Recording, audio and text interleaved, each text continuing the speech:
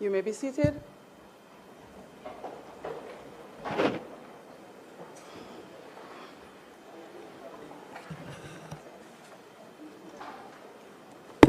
This Honorable House now resumes its sitting.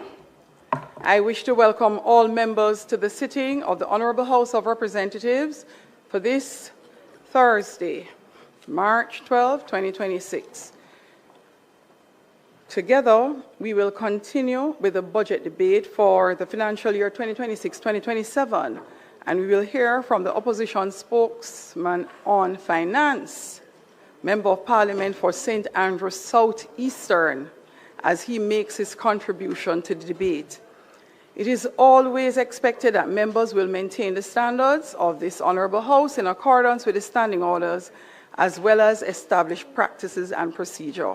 I would like to extend a special welcome to Mrs. Miriam McIntosh Robinson, wife of the member from St. Andrews South Eastern.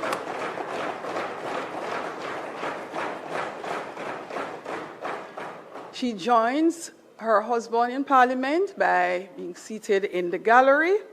Welcome. We are also joined today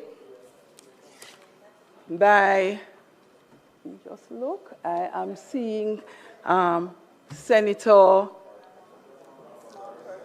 Small Ferguson, son of Fenton Ferguson. And yes, Fenton was MP. So Senator Ferguson and my dear friend, former Member of Parliament, Morris Guy.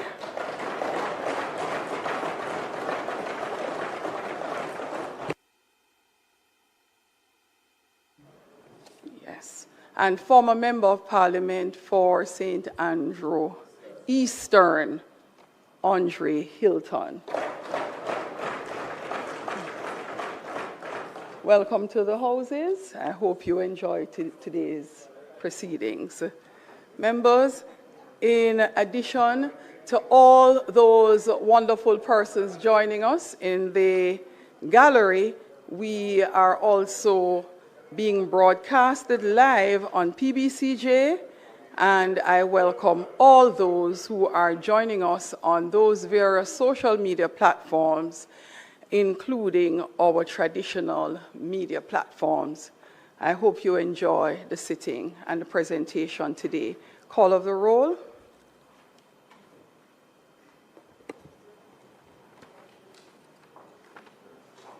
Mr. Clark, Mr. Green, Dr. Holness, Dr. Chang, Mrs. Williams, Mr. Bartlett, Ms. Grange, Dr. Tufton, Mr. Mackenzie, Mr. Montague, Mr. Vaz, Mr. Chuck, Mr. Charles Jr., Mr. Morgan, Ambassador Marks, Mr. Matthew Samuda, Dr. Wheatley, Mrs. Cuthbert Flynn, Mr. Terry Long, Mr. Witter, Mrs. Dalrymple Filbert, Ms. Morrison, Ms. Lee, Mr. Donovan Williams, Mr. Main, Ms. Crawford, Mr. Delroy Williams, Ms. Hamilton, Mr. Sivright, Mr. Azan, Mr. Brown, Dr. Brown-Burke, Mr. Buchanan, Mr. Bunting, Ms. Burchell, Dr. Campbell, Mr. Cousins, Mr. Crawford, Ms. Daly, Dr. Dawes, Mr. Golding, Mr. Gordon, Mr. Hales, Mr. Hines, Mr. Hilton, Mr. Jackson, Ms. Jess, Mrs. Malahoo Fort, Mrs. Miller Bennett, Mr. Morris, Mrs. Nita Garvey, Mr. Newell, Mr. Paulwell, Mr. Phillips. Yeah, one of the big up on yourself, you know. Or they are going to edit up something for joining, look more with my thing, but me are going to watch Julian Robinson.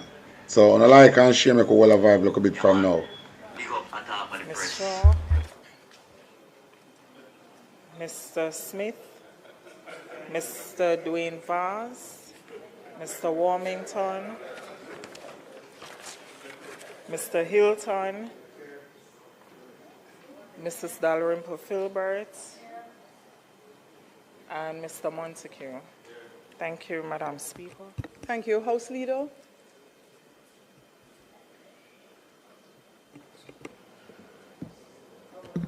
Madam Speaker, we have one preliminary item, so we can go through the agenda and then we will get to the continuation of the budget debate. So we could go through the agenda, Madam Speaker.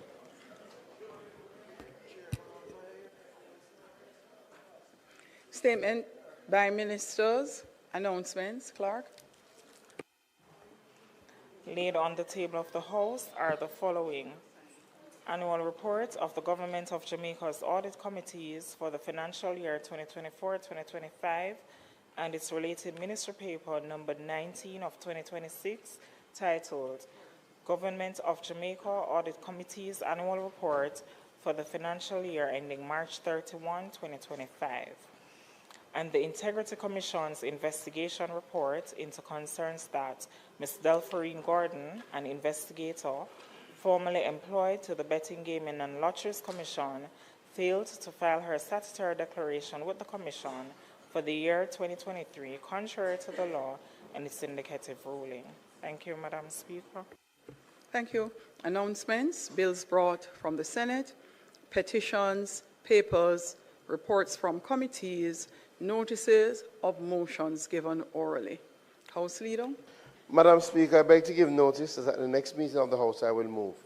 Be it resolved with reference to the resolution approved by this Honourable House on the 20th day of January 2026, appointing a select committee to consider and report its findings to this Honourable House on an act to facilitate the implementation of child diversion in the criminal justice system and for connected matters, that this committee be allowed to hold hybrid meetings that are partially virtual and partially physical, utilizing available information and communication technologies in the manner more specifically outlined below, preserving the rights, powers, and privileges, including voting rights, normally accorded to a member of a committee.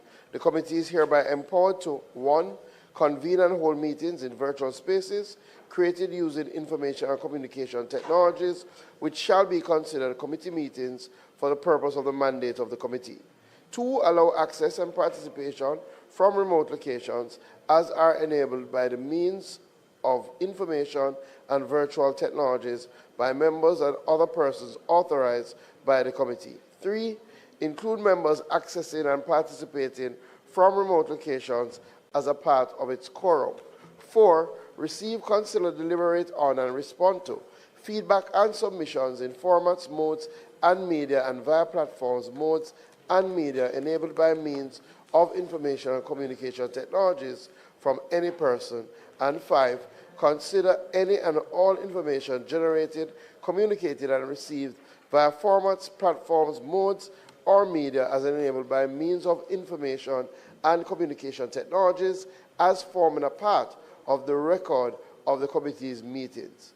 Madam Speaker, I beg to give further notice that at a later stage today, I will move for the suspension of the standing orders to enable me to take this motion. Thank you, House Leader. Questions and answers to questions. Motions that may be made at the commencement of public business requiring notice. Motions relating to the sitting of the House. Motions for leave to introduce bills. Presentation of bills without leave of the House first obtained. Public business. Madam Speaker, I now move for the suspension of the standing orders to enable me to take the motion, notice of which I gave earlier today. You may proceed. Those in favor? Aye. Those against? The ayes have it. Madam Speaker, I now move the motion of which I gave notice earlier.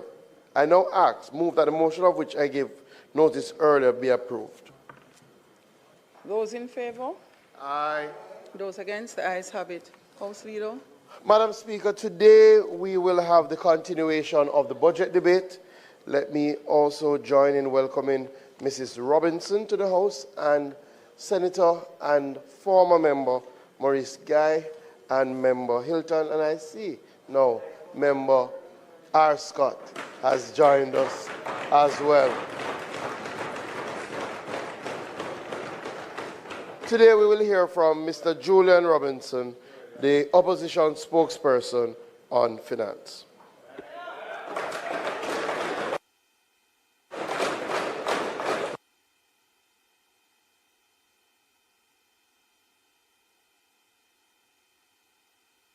House Leader, would you be so kind as to move for continuation to the end of his presentation?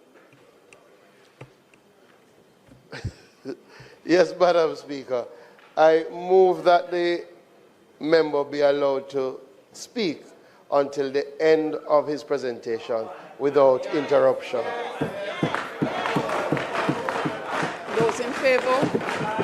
Those against? The ayes have it. 5 hours.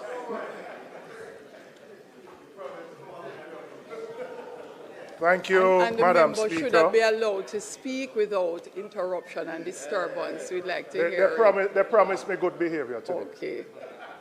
Madam Speaker, and it's good to see you here, Madam Speaker. As I rise to give the opposition's response to the budget, I'm humbled and grateful. First, to the Almighty for allowing me life, health, and strength to serve the people of Jamaica.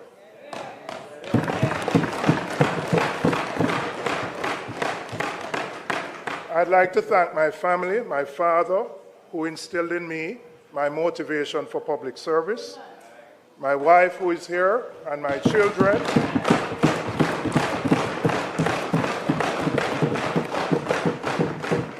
My children, PJ and Amara, who inspire me daily to build a better Jamaica for them and for all future generations.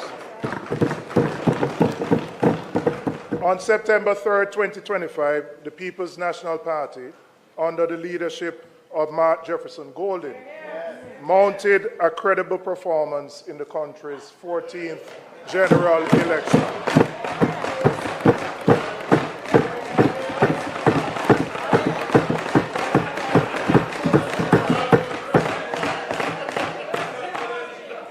I would like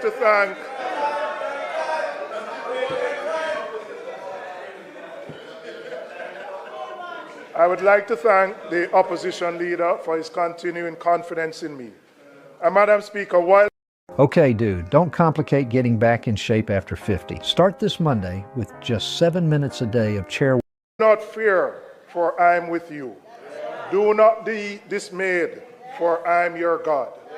I will strengthen you and help you. I will uphold you with my righteous right hand.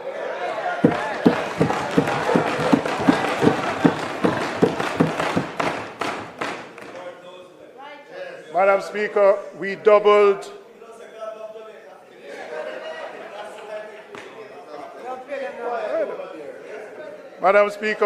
our seat count from 14 to 28.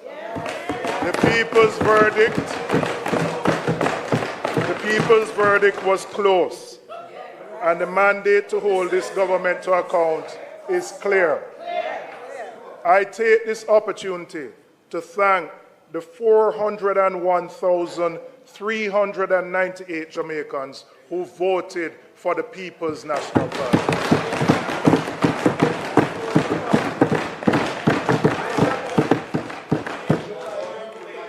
I thank you for continuing to believe in us. That's right. I have to say a special thanks to my constituency. Yes. I'm here for the 4th consecutive time.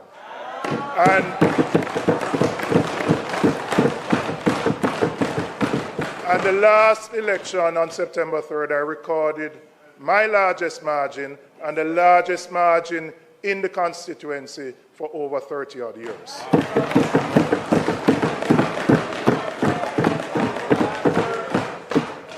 And I want to recognize the team, because we all stand here as individuals, but behind us there are countless volunteers who work night and day to ensure that we stand in this house. So I want to acknowledge His Worship the Mayor, Andrew Swaby, Mayor of KCSE. my other councillor, Jesse James Clark, the leadership of the constituency. I have a constituency secretary who has been in that position for at least 40 years. And every time we come here, Madam Speaker, I say we have to find a way for the secretaries and the drivers to ensure that they get pensions. Right?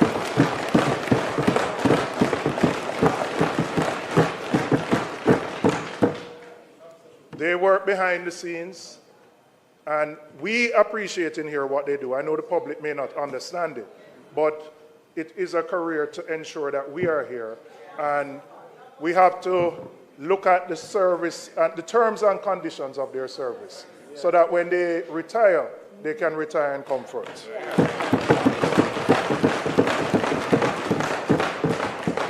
One of my constituents celebrates his birthday today, the man from Price Lane, and I have to big up Keith Brown. All right? And for all the other workers and supporters in my constituency, I say thank you for your continued support, and I will continue to lead with integrity, accountability, and transparency.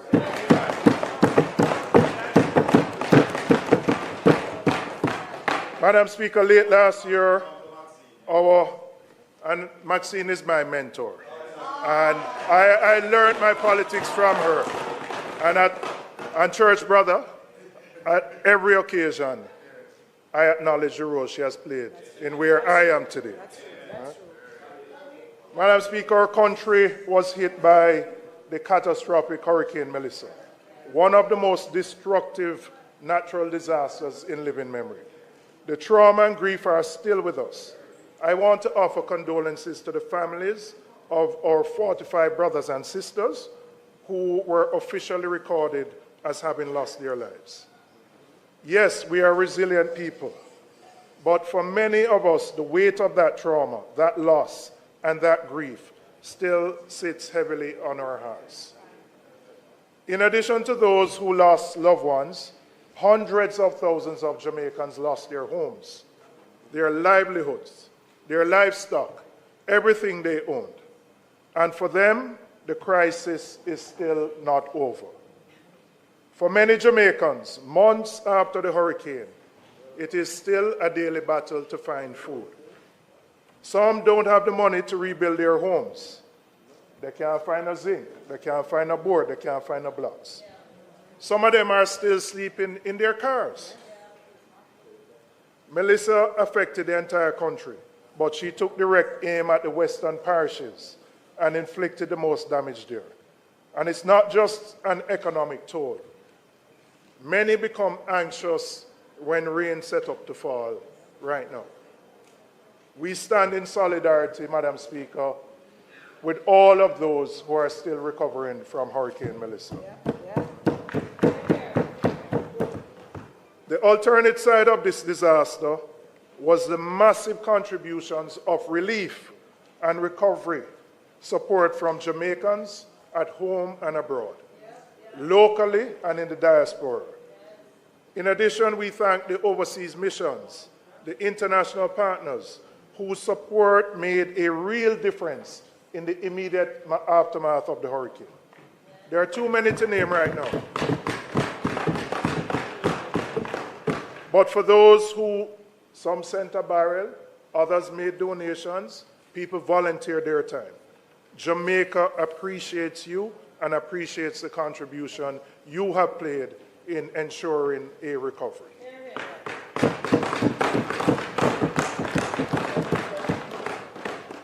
And it was us, neighbors helping neighbors, volunteers manning undersourced shelters, doctors, police, firefighters, soldiers, and nurses who, away from their families, went out in the hurricane to look after their fellow Jamaicans.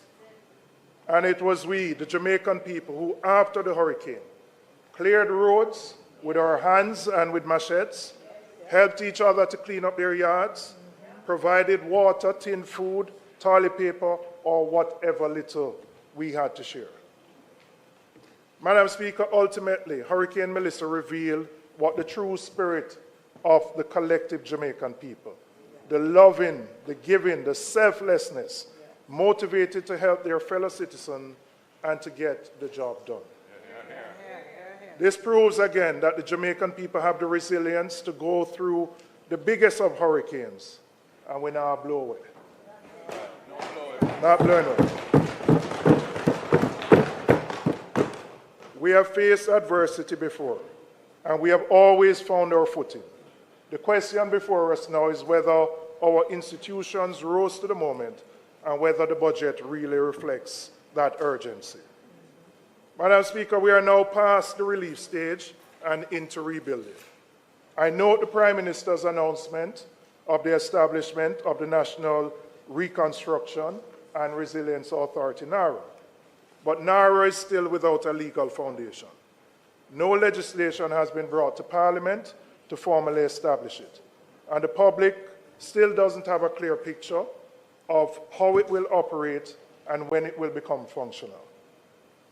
Similarly, I would say in light of the destruction in the West and the rest of the island, the $10 billion roof grant program, while important, is simply not enough to meet the needs that exist. Hurricane Melissa devastated Westmoreland, St. Elizabeth, huge parts of St. James, Hanover and Trelawney, but also affected other parishes, St. Anne, Clarendon, Manchester, and others, who experienced significant damage. Almost 5 months since Melissa, there are still hundreds of Jamaicans who go to sleep with no proper shelter. What is the plan for them? Madam Speaker, now let me turn to the estimates of expenditure. And I would want to start with something simple. A budget is a government's clearest statement of its priorities. So when I listened to the minister's presentation, it did not address the scale of the disaster we face. It read like a budget being business as usual, which cannot be right when there are thousands of Jamaicans who lost their homes, their businesses, farms, livestock, and everything that they work for.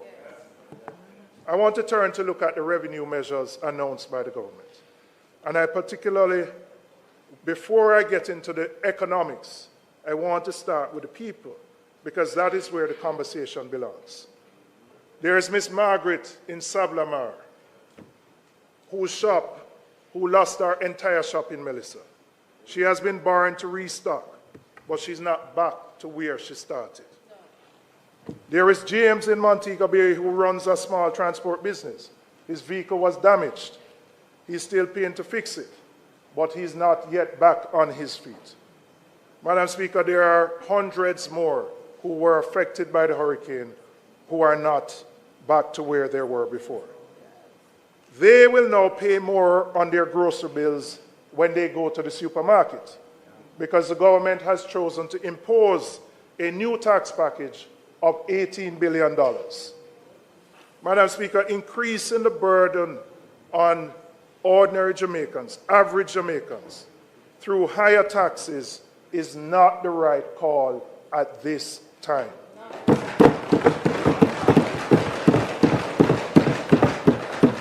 And we on this side do not support it. If we were at the wicket, we would have played a different shot. When an economy is contracting, meaning it is slowing down, raising taxes is a pro-cyclical response. What that means in practice is that you are applying pressure in the same direction as the problem rather than against it. The economy is already shrinking. The tax base has weakened, first by 10 years of low growth under this administration, and then by the hurricane. Businesses are earning less, households are spending less, and the government's chosen response is to extract more revenue from an already financially stressed population. That does not sustainably address the fiscal challenge. You are compounding the economic problem. The more appropriate response in these circumstances is what is termed counter-cyclical. And what does that mean? You push against the slowdown in the economy. You stimulate activity and create the conditions for the tax base to recover organically.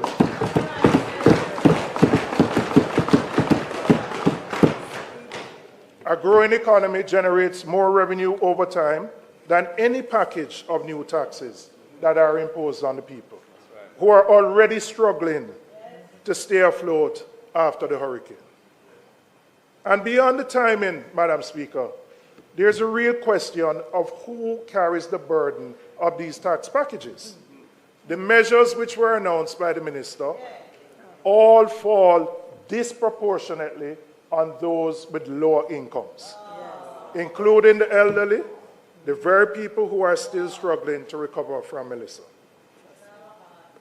Madam Speaker, I want to address the 10 billion levy on sugary drinks specifically, because the government has justified it as a public health measure. And that justification deserves examination. And let me say from the outset, we share the concern about the impact of sugar on the population and how that is impacting our healthcare system. The level of sugar consumption is a genuine concern and deserves serious policy attention. However, where we part with the government is what is being prescribed as the solution to that problem.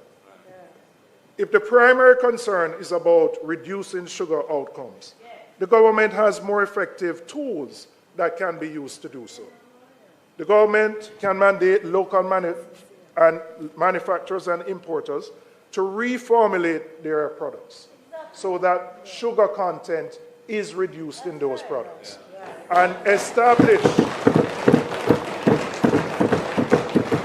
provide a time frame by which those manufacturers and importers do so, because it will obviously require some time to reformulate their, what they produce. This would reduce the amount of sugar people consume, and the government can do that.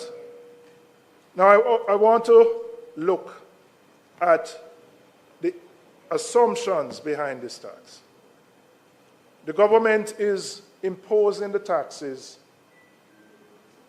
on an assumption that there will be no reduction in the consumption of these drinks. Right. Yeah. The government anticipates to get $10 billion from consumption alone, which means that they do not believe that there will be health benefits from this new tax. Because if there was, there would be a reduction in consumption. And the reality that we find, Madam Speaker, is that the persons who consume these drinks do so not because they're not concerned about the sugar content, but the reality is that the alternatives are outside of their reach, whether it be natural juices, coconut water, or other things. So many of them are doing it not because they have a choice, but quite frankly, given their disposable income, they do not have a choice. All right?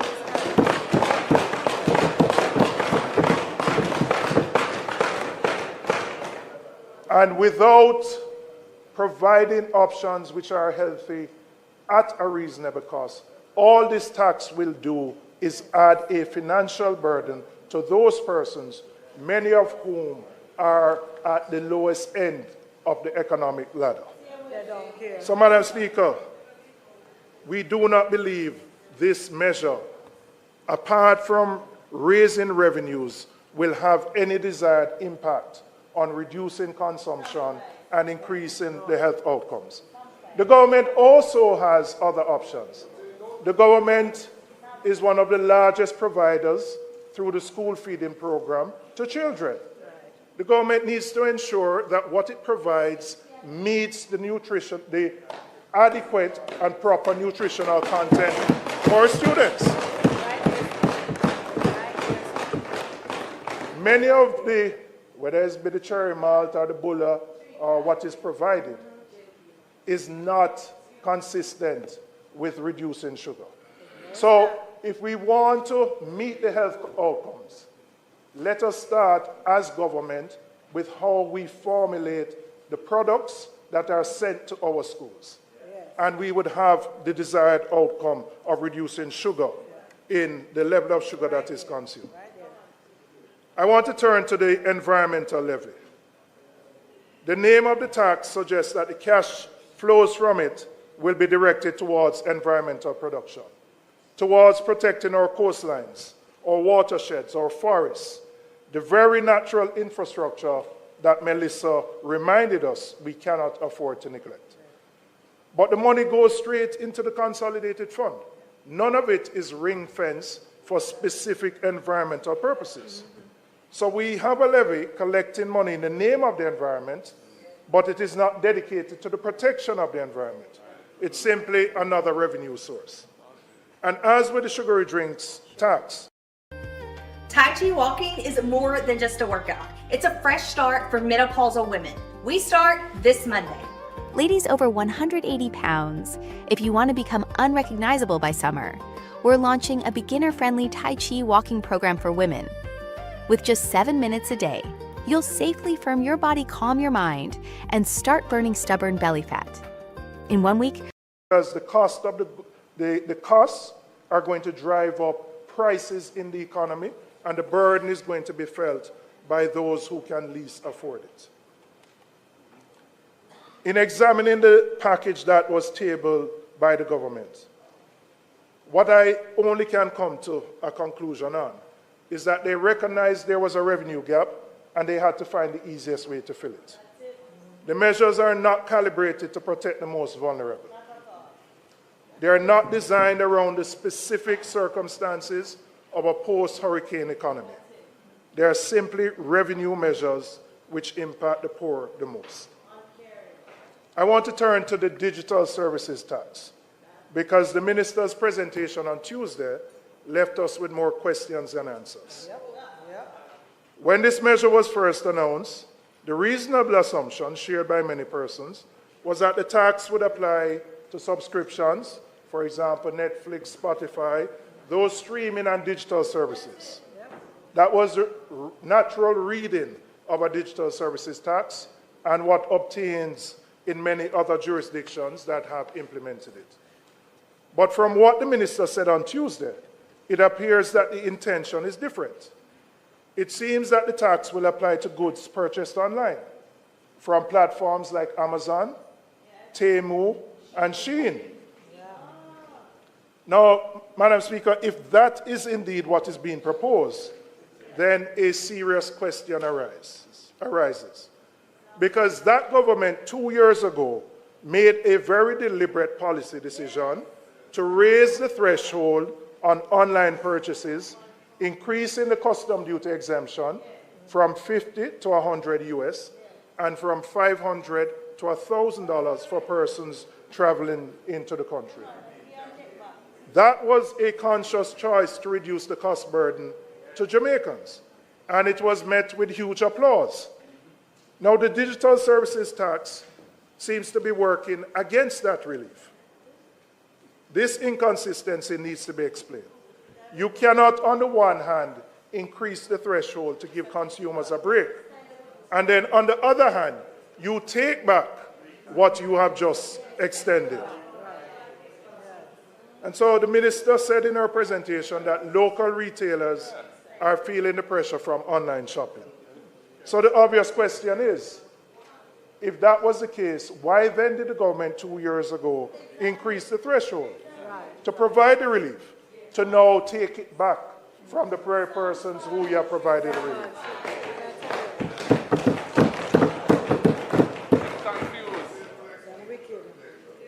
And beyond the inconsistency, there is the practical question of how this is going to be implemented. How are the taxes going to be collected? Who is going to be responsible for remitting it? What is the mechanism for enforcement across hundreds and thousands of transactions from foreign platforms? The minister owes the House an explanation. She has been here twice, and I must say, having spoken twice, it is as confusing as it was before. As to exactly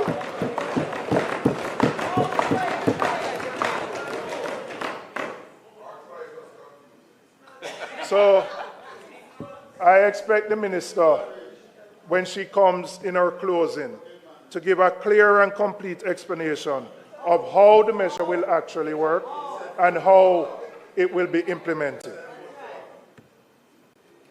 Madam Speaker, I want to talk about the NHT and specifically about the 11.4 billion extraction from the NHT each year. The government has been extracting money from the NHT for over a decade. Yes, we acknowledge it was the PMP that introduced this measure in 2013. And I believe, absolutely, and I'm going to give you the context, because you spoke about the 20-year-olds who you wanted to give a historic perspective in. But I notice whenever you talk about the economy, you don't want to talk about what happened between 2007 and 11. You conveniently leave that out.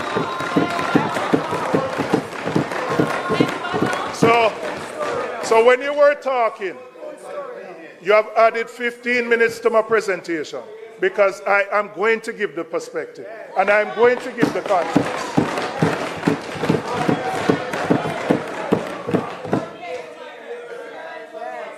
When we came to office in 2012, we inherited an economy on the precipice of collapse. And before that, let us recall.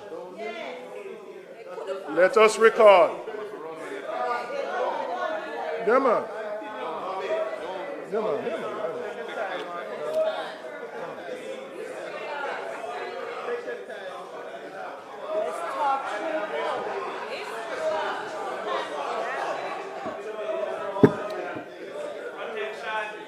Member from East Central, St. James. You know, I consider you my father, so you have to listen to me when I talk, all right? But before that, Madam Speaker, we need to recall that the economy experienced 14 consecutive quarters of negative growth between 2007 and 2010, only to achieve a mere 1.5% growth in 2011. In 2011, the JLP abandoned and effectively ended the 27-month standby agreement with the IMF.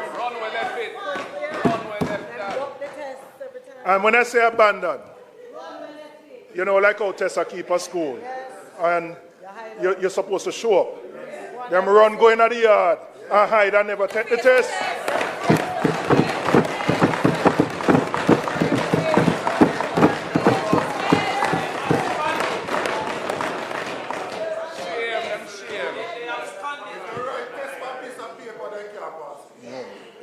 Because of how badly the JLP dealt with the IMF agreement, Jamaica was effectively shut out of the international capital markets. Our international financial partners had lost confidence in the country's financial management. We inherited that situation and had to renegotiate the IMF agreements from a position of considerable weakness. That agreement was one of the most demanding fiscal programs ever imposed on any country born from the fund. There was a primary surplus target set of 7% that Jamaica was 7.5% that Jamaica was required to maintain, which was among the highest ever demanded by an IMF agreement. In fact, it was higher than what was demanded of Greece during its own debt crisis. That is the mountain we were given to climb. The NHT withdrawal at that time was one part of a broader package of measures designed to meet that primary surplus requirement. It was not a decision taken lightly or casually. It was a hard choice made in extraordinary circumstances with the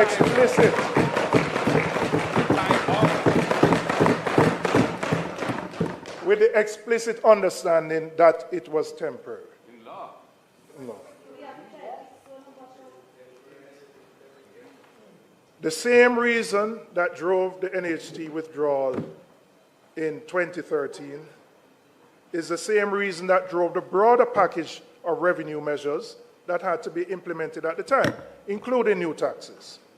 we had no other choice but to impose taxes to get to the revenue that the IMF required as part of its program. It was, Madam Speaker, what they left us in 2011 that required us to take the steps that we had to in 2012.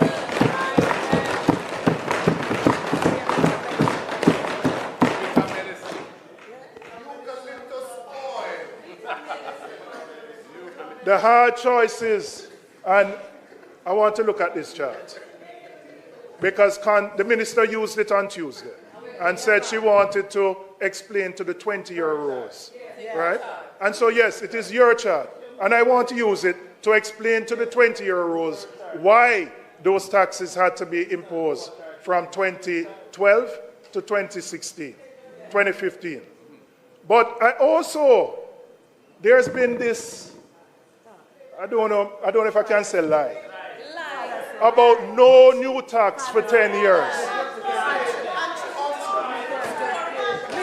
We've been hearing this misrepresentation that there's been no new tax for 10 years. But then I looked on the minister's chart. So what is in 2016? What is in 2017?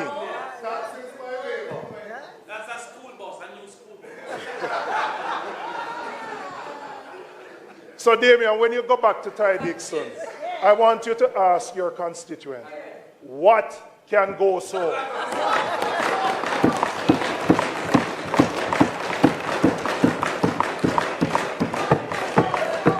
Madam Speaker, the hard choices that we had to make have worked. The PMP established Jamaica's macroeconomic fundamentals under the leadership of then Prime Minister, the Most Honorable Portia Simpson Miller, and Minister of Finance, Dr. Peter Phillips. They restored the confidence of our international partners. They put this country back on a credible fiscal path. The economic stability that this government inherited, they benefited from what we built from 2012 to 2016.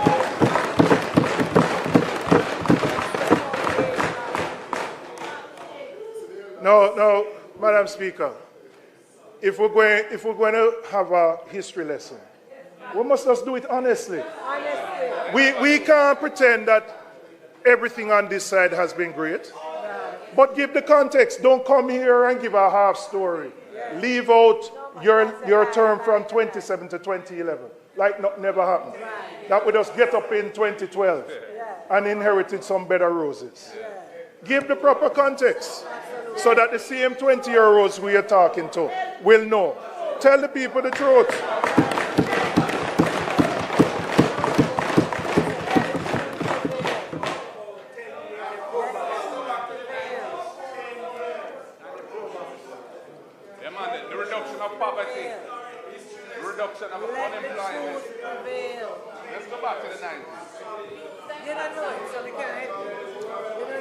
The internet, Madam Speaker, I need your protection. Members. Why not?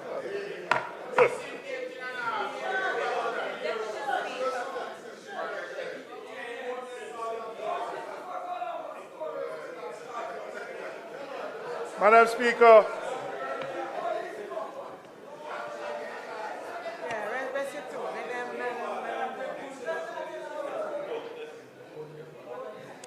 the international community recognized what the PMP did during that period. That's right. The then IMF Managing Director, Christine Lagarde, and I quote, "I want to pay tribute to Minister Phillips and his colleagues for what has been a clear change of course, that's right, making the hard choices and successfully completing 4 reviews." Yeah. We never run from it. We never go into the schoolyard and say we're not take the test. We knew it was difficult. We faced it. We knew it was painful, but we knew it was in the best interest of the country to do so.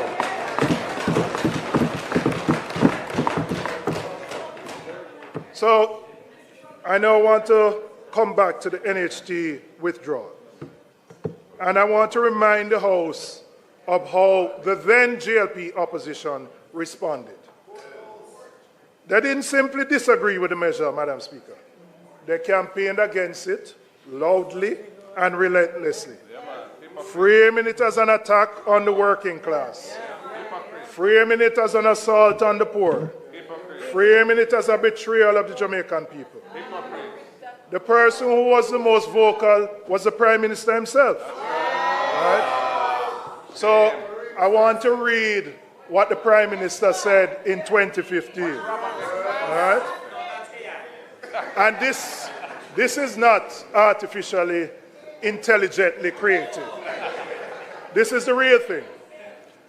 And I quote, "The JLP does not support the use of NHT funds for purposes other than those for which they were intended. The NHT mandate is clear. Contributors' money held in trust at NHT is to be used for the purposes of the promotion of housing and community development. The JLP has always stood in the vanguard where stewardship of NHT funds are concerned. We are the ones who have always defended NHT and protected the interests of contributors, not the least of which are those thousands of Jamaicans who have been making contributions to the NHT and are yet to access a benefit." Dayton, where can I find that person?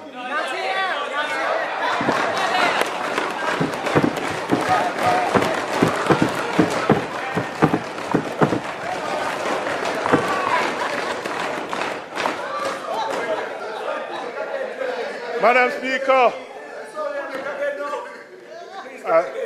I'm going to star you more because more. The matter was taken to court. By an affiliate. They didn't go up front. Hey, Parliament, nice like Sunday, Monday. Like when I cook your food on Sunday and eat it Monday morning. I saw the Parliament nice. Done him, my boss.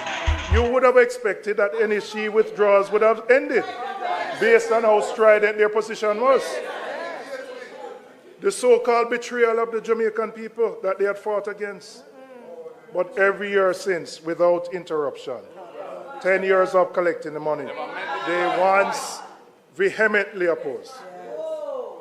Now recently I heard the Prime Minister, maybe last week, justifying the continued extraction by arguing that the funds are being directed to other national priorities. Shameless. So I want to ask the Prime Minister one question.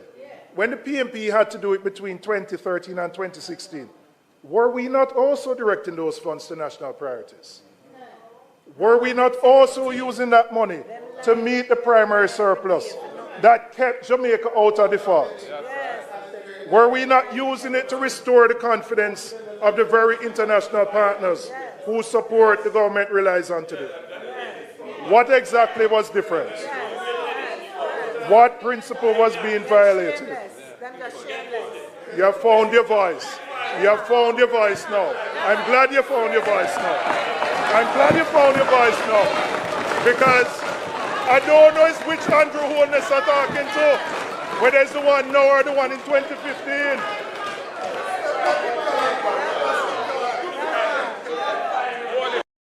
Do you think all dishwashing soaps are the same? Try Dawn and discover its grease cleaning power. Dawn removes.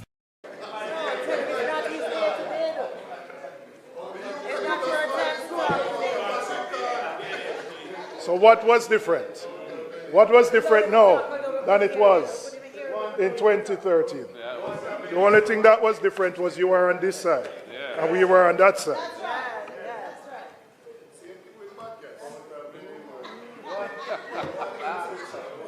Now, Madam Speaker, I want to turn.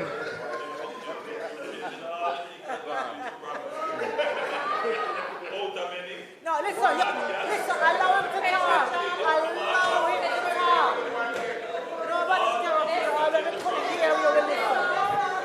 All of them couldn't hear you, will listen. All right, don't interrupt him. Do not interrupt him. I never expected you to get so agitated. You're going to speak next week, Thursday, now. And we will listen to you next week, Thursday.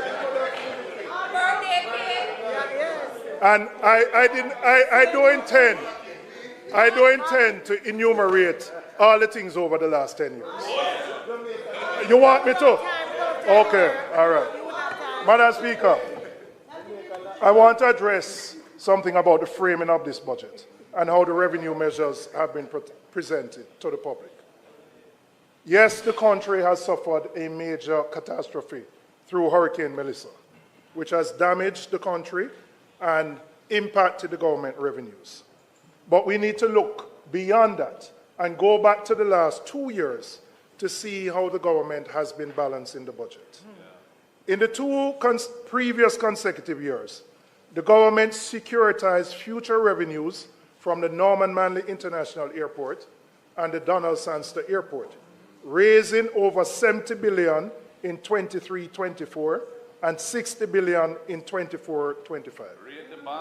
What that meant is that they sold off 12 years in one case of future revenues and then 10 years of future revenues to ensure that they could fund the budget.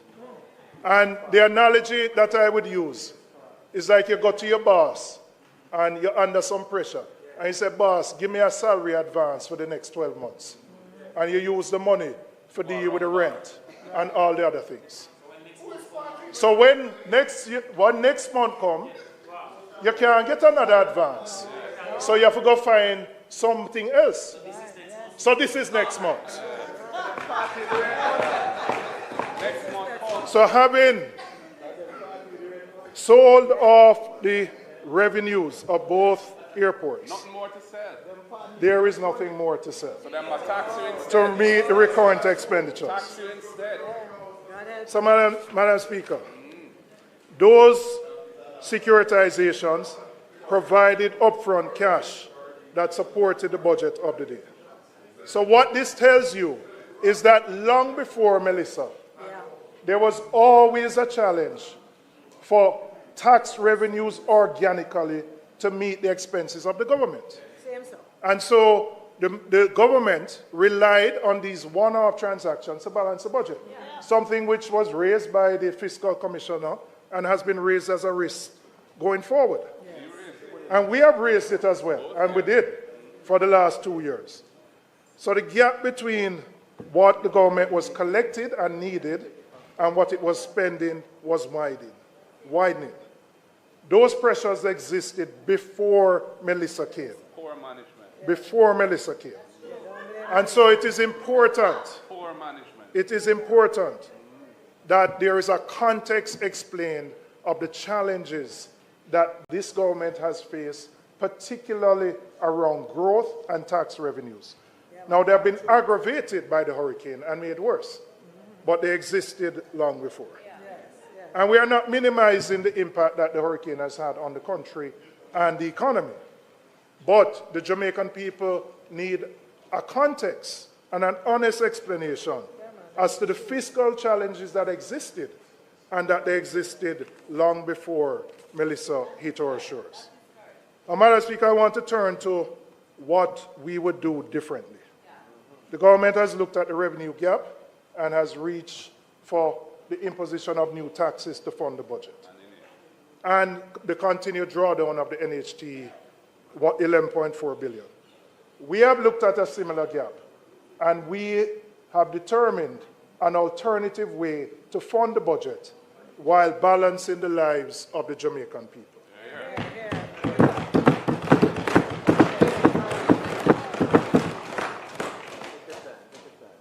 Madam Speaker, we have always said that compliance can bring in more revenues than simply raising new taxes. And I am recommending the implementation of an electronic invoicing system for the tax administration of Jamaica. Needed long time. The first source of this revenue would be this electronic invoicing system, which we estimate would generate an additional 8.6 billion in tax revenues. And I will explain how I came to that figure.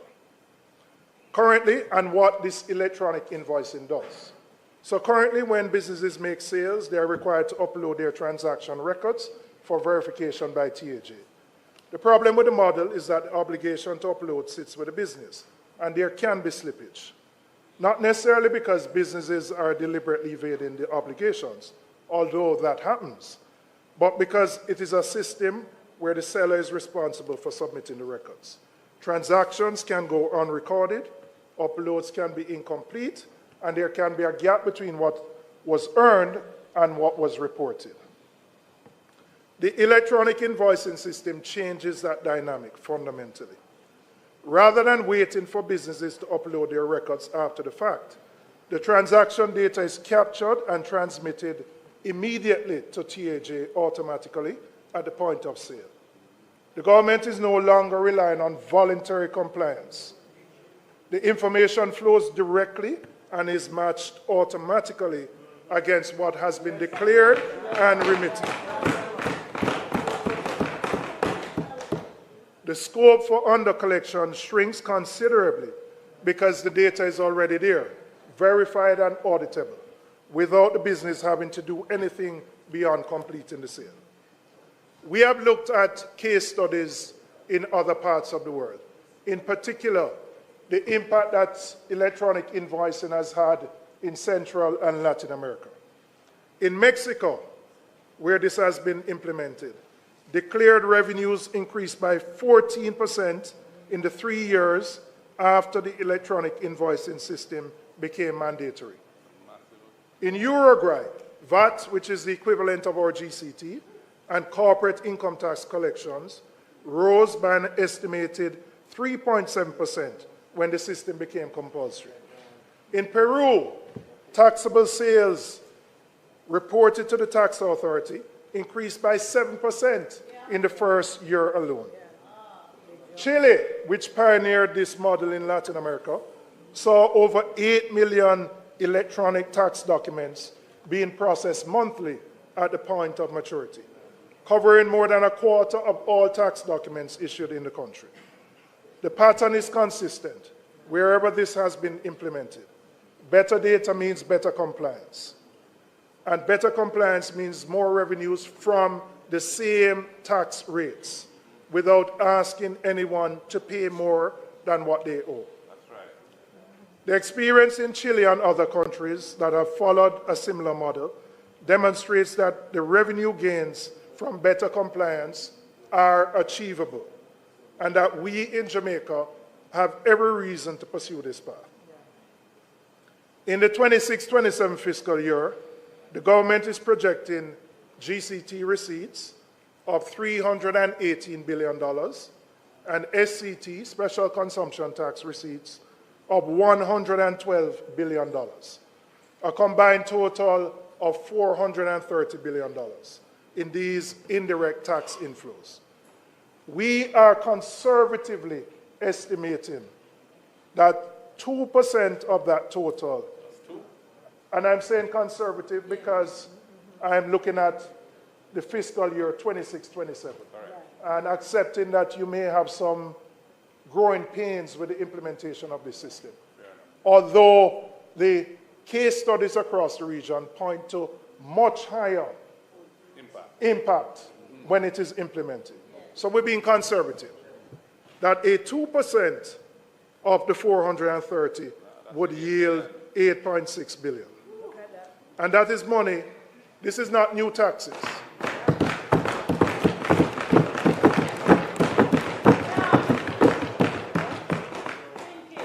This is money that the government is entitled to collect. I must tell you, Madam Speaker, about a month or so ago, I was particularly caught by a story in the media. The TAJ indicated that 11 used car dealers were brought to court and were found to have liabilities of $4 billion. 11 billion, not million. 11 used car dealers were brought to court and found to have liabilities of $4 billion.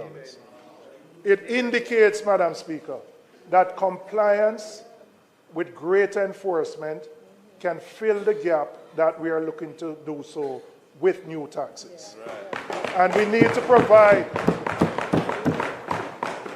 We need to provide the tools and the technology to TAJ to give them the authority. And this only works when it is mandatory. So there may be legislative changes that are needed to ensure that we can collect the full gamut of taxes that are out there. Madam Speaker, the next second revenue initiative we are proposing is the establishment of a digital nomad program. And I'll explain what that is. That is a special legal permit allowing remote workers, freelancers, and entrepreneurs to live and work in Jamaica while employed by a company or clients anywhere in the world. Every year, 4 million tourists visit Jamaica. We have the brand, we have the climate, we have the culture. And we also have the connectivity infrastructure that those remote workers are looking for. What we do not have as yet is a structured program that allows them to stay longer, to work from here and spend their money right here in Jamaica. So we have looked at the case studies across the region. Barbados started it. There are about 6 Caribbean countries that have implemented it. And we are proposing a fee of $2,000 for a 12-month period. And we have estimated of the 4 million tourists that we would be able to get 5,000 of these digital nomads coming to stay in Jamaica in the first year. That would generate in the fees alone approximately $1.5 billion. But the fees only tell part of the story. The real story is when they come here, when they stay here, the restaurants, the Airbnbs, the hotels, the villas, the concerts, the food that they spend. That is the impact. Barbados estimates that each digital nomad spends on average $55,000 when they're there in Barbados. Per year. Yes, 55,000 US, right? I wouldn't be as optimistic as that. But if I estimate that in Jamaica, an average 6-month stay could yield a spend of 25,000 US, which is about $4,000 a month. Jamaica could realize the economic benefit of $125 million US dollars, or 19.5 billion Jamaican dollars. Wow. Now, we are late to the game. Barbados did it immediately after COVID and took first mover advantage. But we do have many advantages which other countries in the region don't have. And a structured program can yield significant benefits to the people of Jamaica.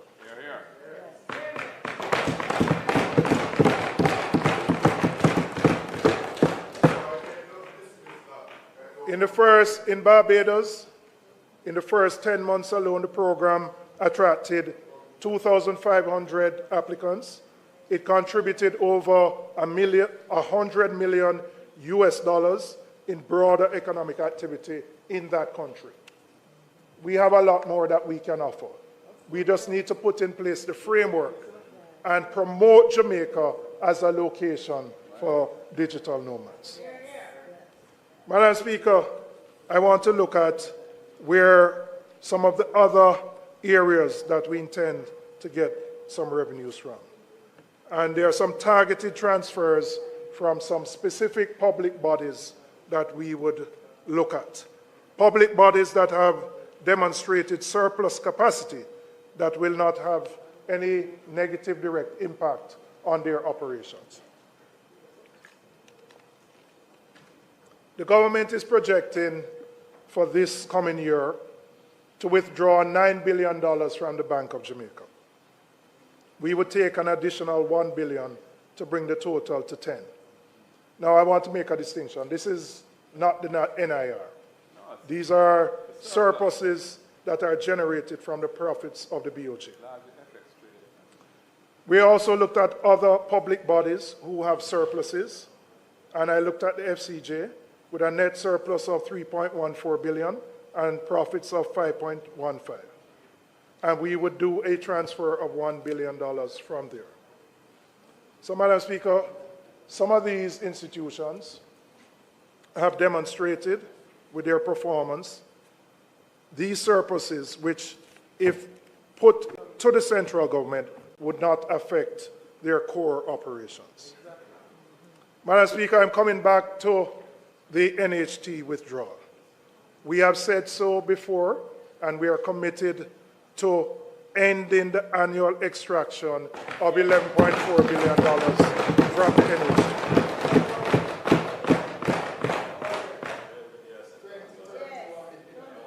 The NHT was established for one purpose: to provide affordable and sturdy housing solutions for Jamaicans, particularly for those at the low and middle ends of the income scale. In the wake of Hurricane Melissa, with hundreds of homes damaged and destroyed across the country, this mandate has never been more urgent. This is not the moment to be pulling money out of the financing of housing development. It actually is the moment that we need to be putting more in. And so for us, ending the extraction and giving the NHT the capacity to do what it was created to do. And this goes, Madam Speaker, beyond just the mandate. When you invest in housing at scale, the economic benefits extend well beyond just the house itself. Construction workers get employment. The hardware suppliers go and get orders. The truckers go and get work. Money begins to circulate within communities. And that circulation of money will trigger and help to deal with the recovery that the country needs. The economic multiplier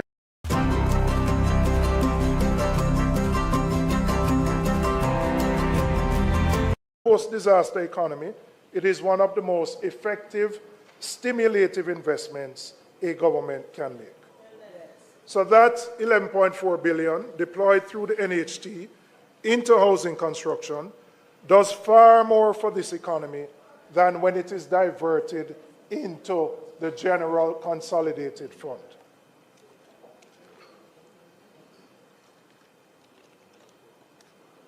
So, Madam Speaker, we would end the NHT drawdown and ensure that the funds go to those who have been most affected by the hurricane and those Jamaicans who struggle, work hard, and cannot find a house to buy.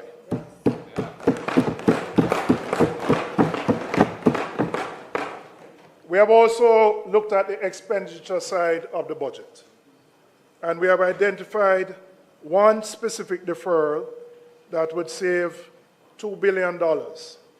The Airports Authority is projected, and this is interesting to note, the Airports Authority is projected to receive a transfer of $13 billion from central government. After them strip out the revenue like this year. Now remember, the AAJ, those were the same entities where the government sold the future revenues to fund the current budget. And now, those same entities are receiving significantly higher support from central government. 13 billion, a figure much higher than has ever existed in any point in time. And because the revenues have been taken from the AAJ is now dependent on central government. The AAJ had earmarked $2 billion for the construction of a new corporate head office. We are proposing a deferral of that expenditure to the next fiscal year.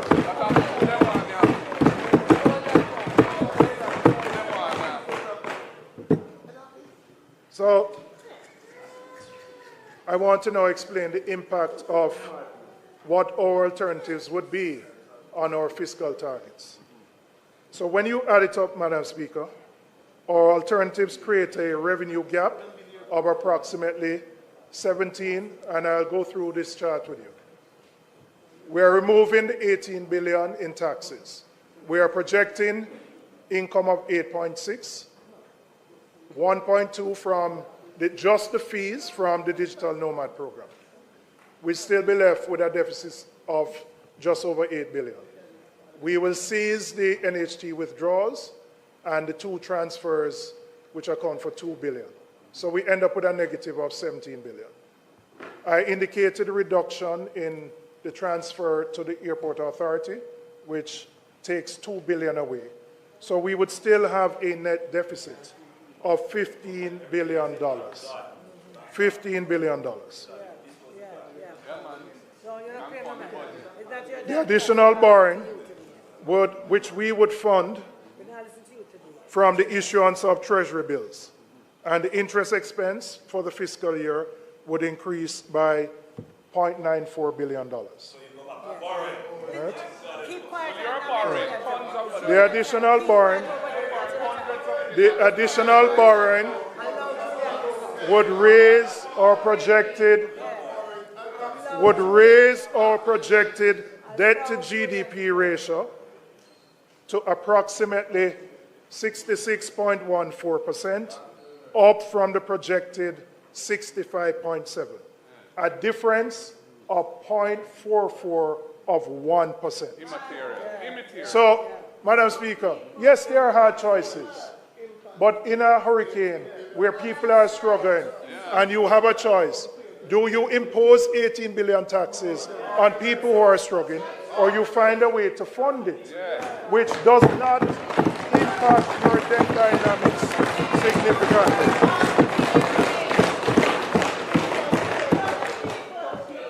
And we do so in a responsible way. It's important to note the government is already borrowing $247 billion. And we have shown our proposals vis-a-vis the JLP's proposals. And I'm going to go into the detail of that. Right? But the difference is not significant or material. And then let's look at the difference. No, listen, man, leave the man, make him talk. It's not your time. It's not your time. I love Julian, make him talk. We're making better choice. Next week is for the current situation. The only thing I would encourage you to do, don't talk for 5 hours again, all right? All right. Because last year you keep us for 5 hours, all right? Now, when we look at the impact of our proposals versus theirs, it moves our debt to GDP ratio by 0.44 of 1%. 0.44 of 1%. Now, Madam Speaker, we have to balance the books while balancing the lives of people.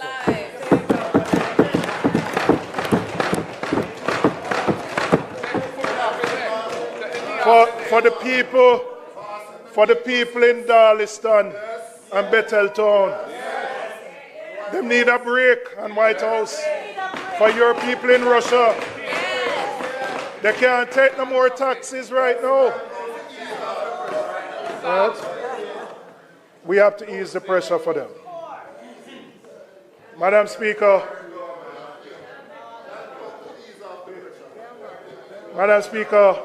I now want to turn my attention to how the path ahead. Because the reality, we have had low growth for the last 10 years, notwithstanding the external shocks. And even when you recover from the current Hurricane Melissa, the government's own projections are for 1% growth after 2029.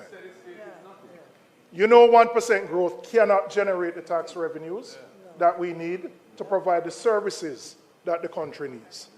So I want to now look at how we can actually grow the economy, improve our tax revenues, restore the base so that we don't have to impose taxes on people. The immediate priority has to be restoring Jamaica's productive capacity to at least the levels that existed before Hurricane Melissa. But that must be the floor not the ceiling. Recovery must be the starting point, not the destination. And any government that presents recovery as an achievement in itself is setting an unacceptably low bar for what the country can and should become.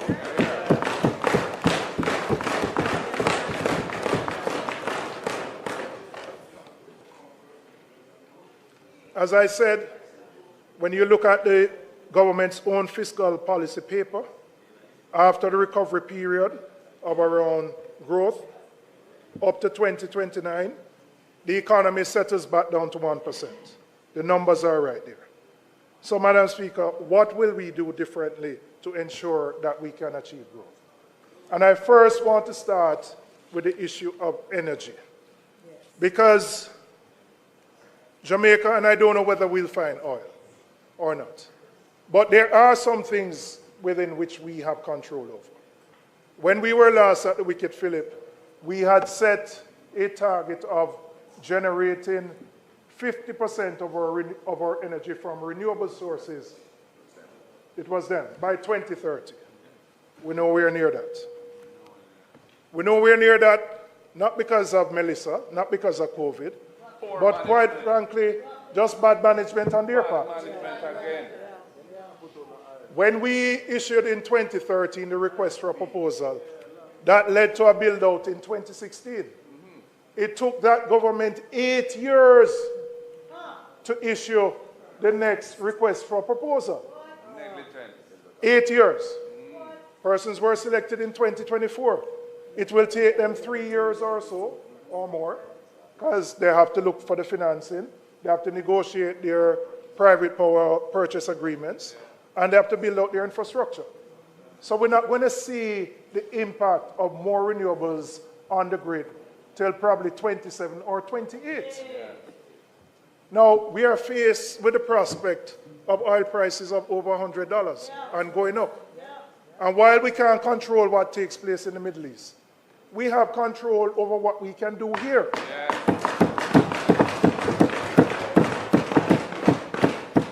And quite frankly, this government's record is poor.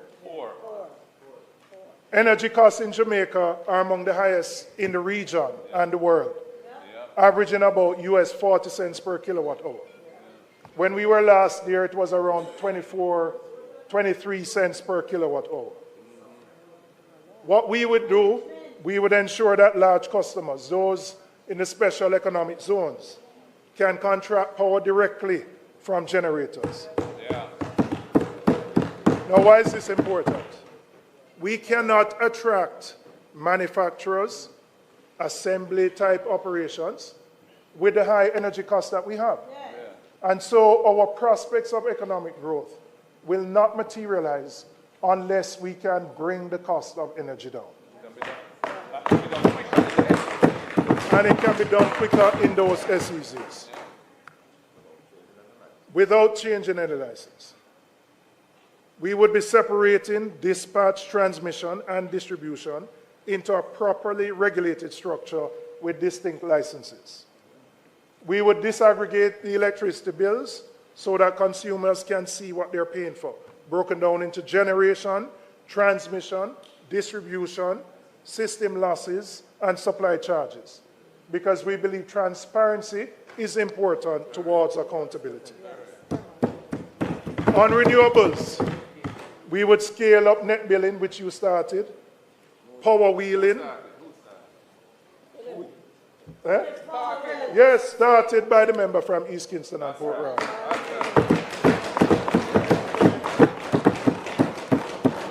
You're going to claim that one too?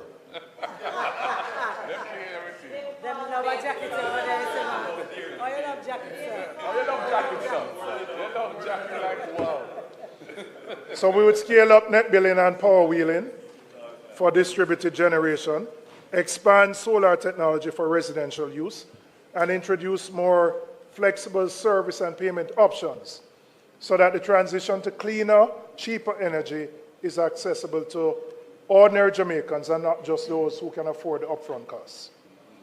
We would also ensure that vulnerable populations including senior citizens, benefit from discounted rates because the burden of high energy costs falls heavily on those who are least able to afford it. And we would tackle the issue of energy theft in a real concentrated way. You know, the issue, I don't know that there's a great appreciation for the impact that this has on the bills that every JPS customer pays. It adds 20%. But there's a perception that the people who are consumers and not customers just do it because them just want tea flight. It's not so. They can't get a meter from JPS if their house is not wired. And the cost of wiring a house and getting your meter passed by the government electrical inspector is beyond the reach of the majority of people who find themselves in that position. So even if they want to change their status, and my experience has been, many of them want to. Them don't want police to run them down and pull down them throats. But they simply can't afford to wire the house and to get the meter. And that requires more intervention from the government. Something has been done, but really what was started is insufficient. Totally. And if you don't deal with it, you can't address the high energy costs that the country faces. And so we would take a comprehensive approach to dealing with the issue of energy theft and giving options to persons who want to make the decision to move from being consumers to being customers of JPS.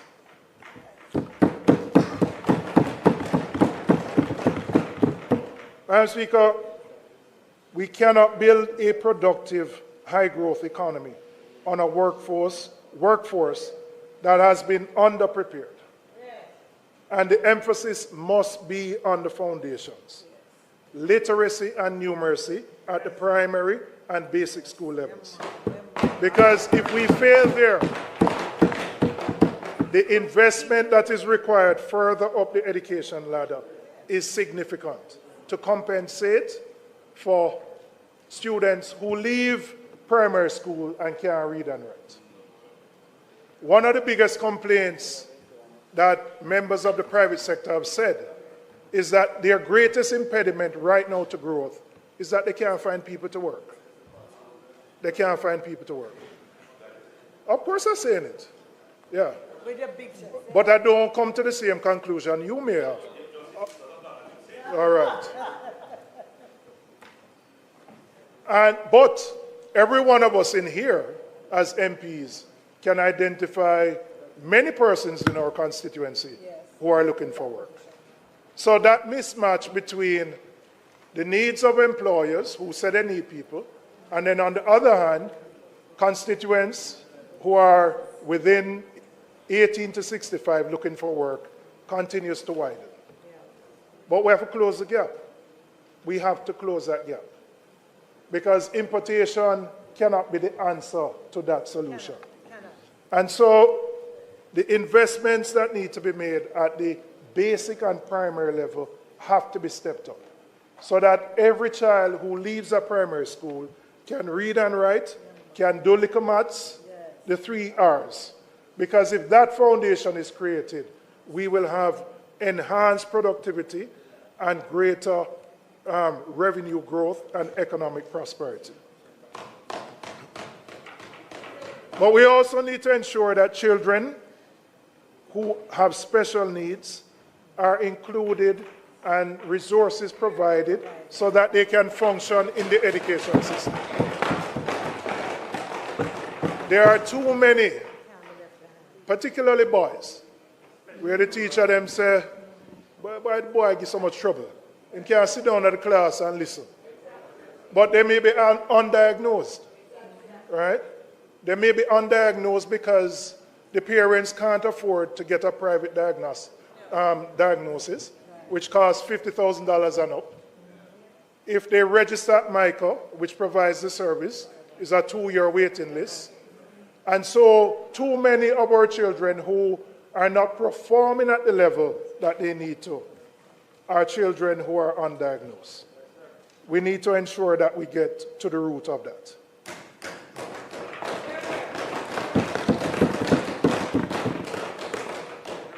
So, Madam Speaker, if we're at the wicket, we would align education and training with industry needs in a deliberate and structured way, expanding technical and vocational training in the high-demand sectors. Central to this is reforming heart. The institution has Make it a habit. 7 minutes of Tai Chi every morning, all the way for 1 month. In 1 week, you'll feel better. In 2 weeks, you look better. In 1 month, your wife won't believe your results. Here's a Tai Chi workout plan, made for men over 50. These beginner-friendly exercises take just 7 minutes. Government matches the cost that a company spends on upskilling its workers through tax credits on their hard contribution. So if you are a business and you are willing to invest in ensuring that your employees are upgraded, you are already contributing to HART through the employer contribution. You will be getting a credit equivalent to what you are spending to upgrade your workforce. Sure, you know one here, Julian, we know Jamaica has a productivity problem. Eh? True, you know one the royal here with Julian Robinson say when you bring in enough fuckery ads. Andrew come like a shit on that Timberland bottom. What is fuckery ads that disrupt my boss fan talk? Eh? What kind of fuckery ads is that? True, they don't want the people them here exactly instead of saying, you know. I feel them ads that in. True, they don't want the people them here with the man and say them come with them fuckery ads. When me see favorite blood clot dog shit favor chat with you. No ads, you know? No ads. You know, say them a bumble on some big stone out of the parliament for real and real. You know see what I'm dealing with? When time favor attack, no ads at all. Then I use and disrupt favored Williams. But truly now want the nation here. What Julian Robinson say, them bring in his fuckery ads. Andrew, if you come out of the parliament in a pussy, if you come with tired of, you know, but we say we tired of the blood clot. What kind of bumble clot dog shit is a man? Eh? We tired of the virgin, you know, brother? We sick and tired of, and Andrew, we sick and tired of your bumble clot, brother. We sick and tired, hey. What a dog shit, man. So they stay, them are do it, man. Eh? True, they don't want the blood clot people them here. Where do you favor that talk? No advertisement. And I be a fucking favor gun talk, you know. One whole heap of blood clot rubbish, you know. And one time the original finance minister talk when I come with no fuckery ads. Andrew, if you come out, you cannot go, you cannot run away. Why you not going? Why you not go drink some Laniator so? Why you not drink some Laniator so on Glamour Zone and just get it over with? I when you am rat pies now sitting. When you am rat pies and get it over with. That's what we get. Brother, come out of the parliament, brother. You're disgusting, brother. One time the original finance minister talk and come with no fuckery ads. Where do you favor that chat on up a rubbish? No ads. One of the Belgian knows that we don't like him a blood clot, man. Activity continues to decline. And unless we attack the problem at the source by investing more in our work. Big up everybody who there here, you know. Big up everybody. But we just want to take in the thing, you know. Carol, Mr. You know. Big up everybody who check in here. Yeah, man. Big up everybody who there here. Yeah, man. Just go and listen. Look to them disrupt the man, I man. want to look at growth without efficiency. Just don't show them it. And one of the clearest indictments of this government's management of the economy is the problem that you have faced in spending the capital budget. If we look at the last 3, and it may go back further, fiscal years, there has been significant underspend of the capital budget. Now, people might ask, why does that matter?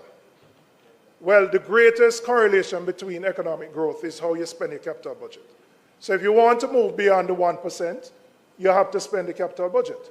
But year after year, the capital budget becomes underspent and reallocated to other sources. It's not a good thing. We have heard the issues of procurement. We have heard the issues of the public investment management system. We have also heard the issues that some of our contractors don't have the capacity to do the projects that we want them to do. But I would say to your Prime Minister, 10 years in, we must find a solution to this problem. And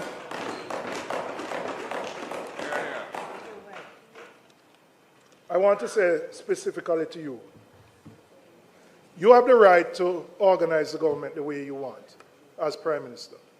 But when I look at the capital budget for both central government and public bodies, 60 to 70% of the capital spend sits in two ministries, Ministry of Economic Growth and Infrastructure and the Office of the Prime Minister, which are headed by you.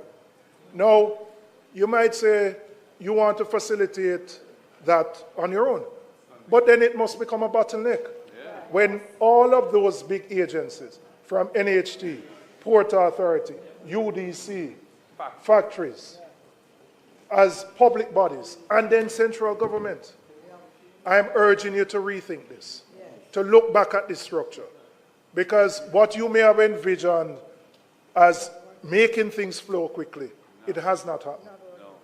And the evidence of it is the level of underspend of our capital budget. And if we're going to move the country forward, we have to unclog that bottleneck that is preventing those monies from being spent in the economy.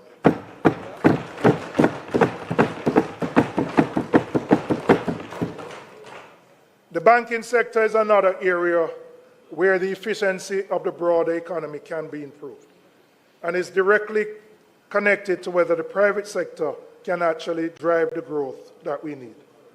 I took note on Tuesday, Madam Speaker, the Minister re-announced an announcement made by the Bank of Jamaica Governor of the implementation of the eKYC system, which was done in 2024.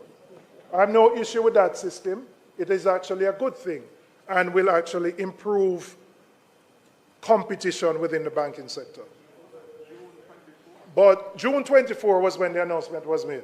And Fitz not here. I believe it was right here at a standing finance committee meeting that the BOJ governor said that, of the eKYC system. But I expected Minister to go further than just eKYC. Because while that is a start in enhancing competition within the banking sector, there is more that needs to be done to make the sector competitive and to ensure that monetary policy can work. So the government, through its ministries, agencies, and departments, is the single largest holder of deposits within the banking sector. Those deposits, by and large, remain with the two largest banks. And the government has to implement a system that ensures that there's a more transparent and competitive way in which all banks can access government deposits. What exists right now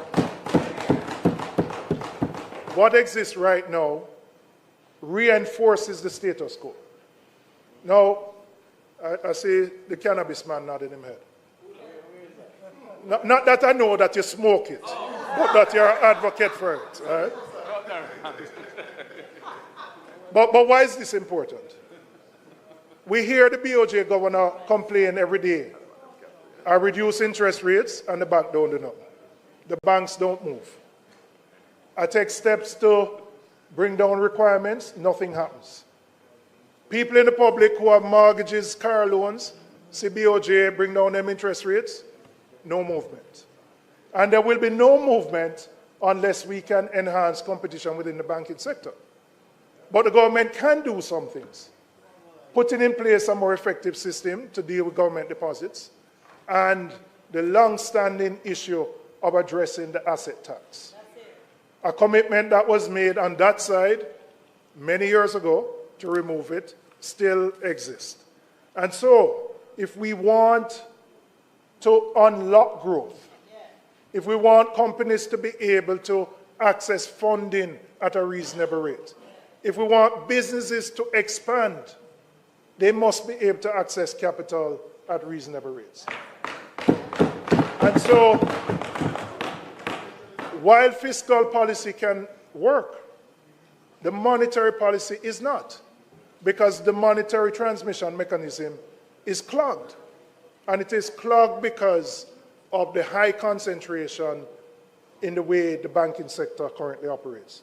The government can do more to facilitate competition in the sector, which will free resources that can go to economic growth and job creation. I want to turn to small and micro businesses. And there's a distinction that policy in this country has consistently failed to make. And it matters significantly and makes a difference. A person running a one-chair saloon, a hairdresser or a stylist, faces a fundamentally different set of obstacles from a company with 50 employees. But they're all lumped under the category of MSMEs. They're all treated as MSMEs. And I said the M and the S, the micro and the small, need particular attention. In most cases, they are informal, but they face a particular paradox. They can't grow beyond a particular size while remaining informal, because there's no way they can get access to capital from a bank, from equity investors, from a loan company, unless their books are there. Nobody going to give them money unless they can provide audited financial statements. But they prefer to stay informal because they don't want to deal with TAJ. And that's just the reality. And so we have to find a way to incentivize particularly the M and the S to come into the formal system. And there are ways in which we can do that. We proposed a holiday where for new businesses, MSMEs, that once they file, which means they're coming into the formal system, they would not be required to pay taxes for the first 3 years of their operation. Now, you might say, I'm giving up revenue. But quite frankly, in the first 3 years, they don't really generate any profit. But the benefit you get is that you bring them into the formal system. They have to keep proper accounts. And so that they can access the capital markets to grow and build their businesses. And once they do that, when they get into the position where they have to pay taxes, they will be paying taxes at a much higher rate. But unless we can break that barrier of informality, we are restricting the growth that can exist in the country. And so more needs to be done to bring those entities, the micro and the small, into the formal net. Madam Speaker, I want to address what the Minister said about the MSMEs on Tuesday. She spoke about the set-aside provisions to ensure that a part of government's revenues would be set aside for the MSMEs. That was announced by that minister in 2019 and announced again in 2020. The former Minister of Finance. The former Minister of Finance. Madam Speaker, it has taken 7 years. Another announcement by the minister on the same thing. I don't know what has happened in the 7 years. But when I talk to people in the sector, them say nothing. But we have another big announcement made on Tuesday, that those set-aside provisions will, for procurement. So to be clear, we're talking about ensuring that government, who is the largest player in the economy, sets aside particular sums that MSMEs can participate in procurement. 7 years later, there has been no meaningful progress made on this. They're hopeless. Mismanagement again. Now, when we talk about growth and the need to grow the economy, this is a low-hanging fruit that we can implement. If our MSMEs can participate more in government procurement, their businesses will grow.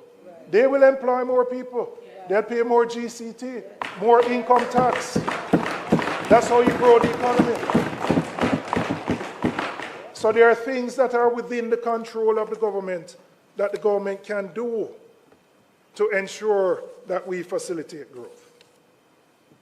And I would say to you, Minister, the sector is looking for action here. No more talk, not a bag of mouth. action here.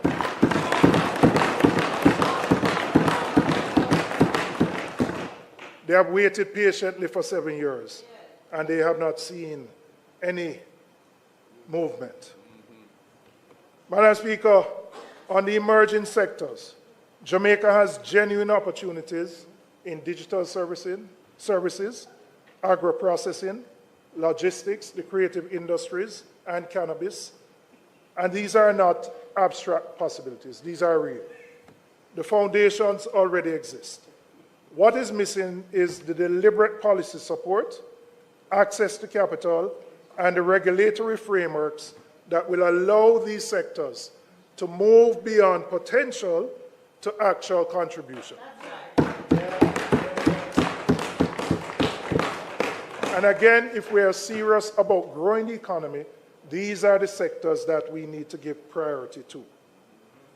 Underpinning this, Madam Speaker, is the question of exports, because Jamaica will never generate the kind of wealth its people deserve by simply selling to the 3 million of us here. We have to look outwards, and looking outwards is not just the diaspora, it is in many other countries, to grow the value of what we produce, to build industries that can compete on the world stage, and to ensure that more of the earnings from the industries stay in Jamaica and benefit Jamaican workers and communities. That is the direction our growth agenda points. And it is the direction that this country needs to be moving in with considerably more urgency than what we have been seeing from the government. Madam Speaker, Jamaica is at a critical point in its history. The hurricane has laid bare the vulnerabilities that were always there. The structural fiscal pressures that predated Melissa. The chronically low growth that has kept living standards stagnant for too long. The public institutions that were not ready when the moment demanded them. And the Jamaicans who, as always, carried more than their share of the burden while waiting on the government's response. The question is, the government's budget was supposed to answer what happens next. How does this country recover, and how does it grow in a way that actually changes people's lives? The budget that has been presented falls short in this regard. Falls short.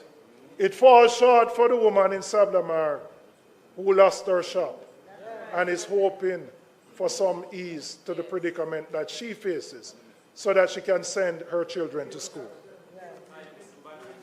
It falls short for the man in Mobay whose car was destroyed in the hurricane and who wants to get his taxi business back up and running. It falls short for the man in Katadupa, the farmer, who we need to produce so that we can import less and we can supply our hotels.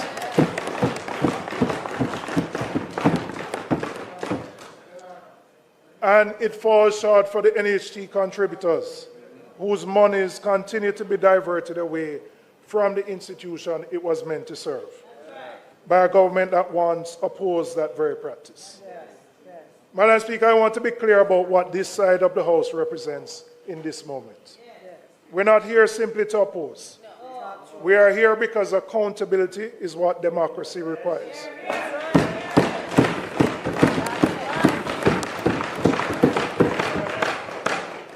And because the Jamaican people deserve a parliament that takes their responsibility seriously and discharges it honestly.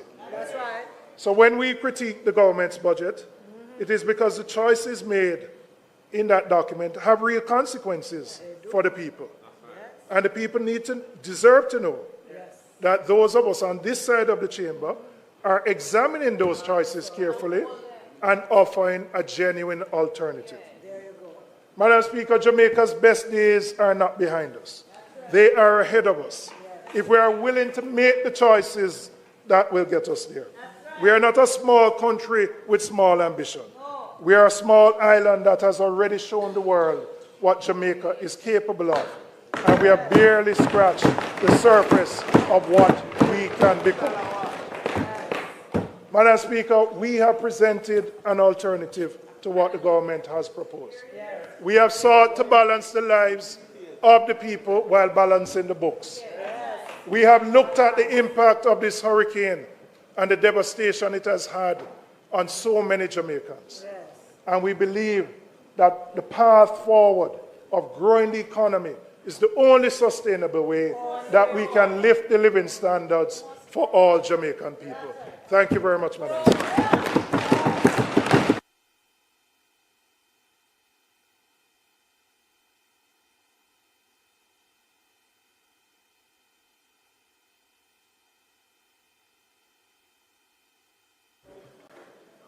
House Leader.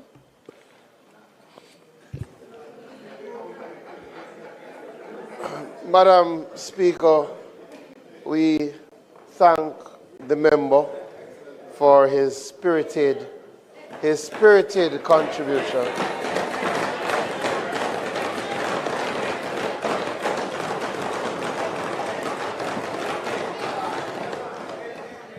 We will continue the budget debate next Tuesday, where we will hear from the leader of the opposition.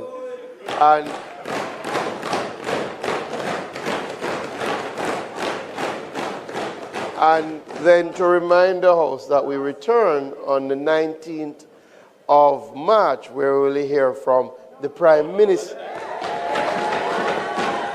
24th, where we will hear from, yes, the 19th, where we will hear from the Prime Minister. That's what we are.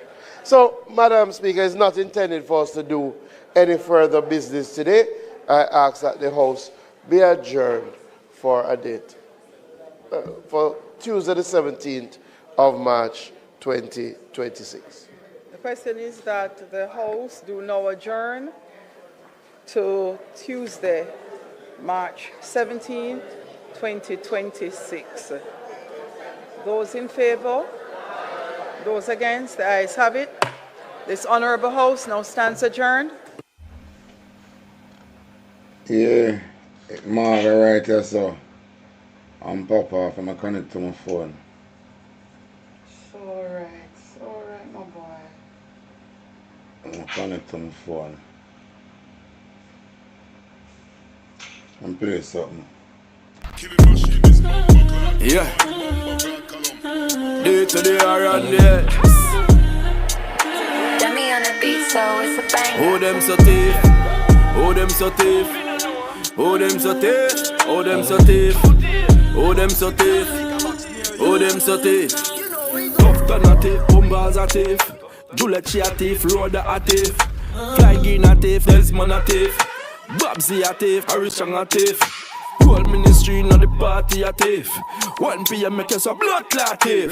Be a corruption, all police and soldier thief. Jamaica something wrong. Millions and billions, the whole of them a thief. Now them want raise tax, make the highland grieve. When you boy look a poor man get the squeeze. We a march to a king's house and go down the street.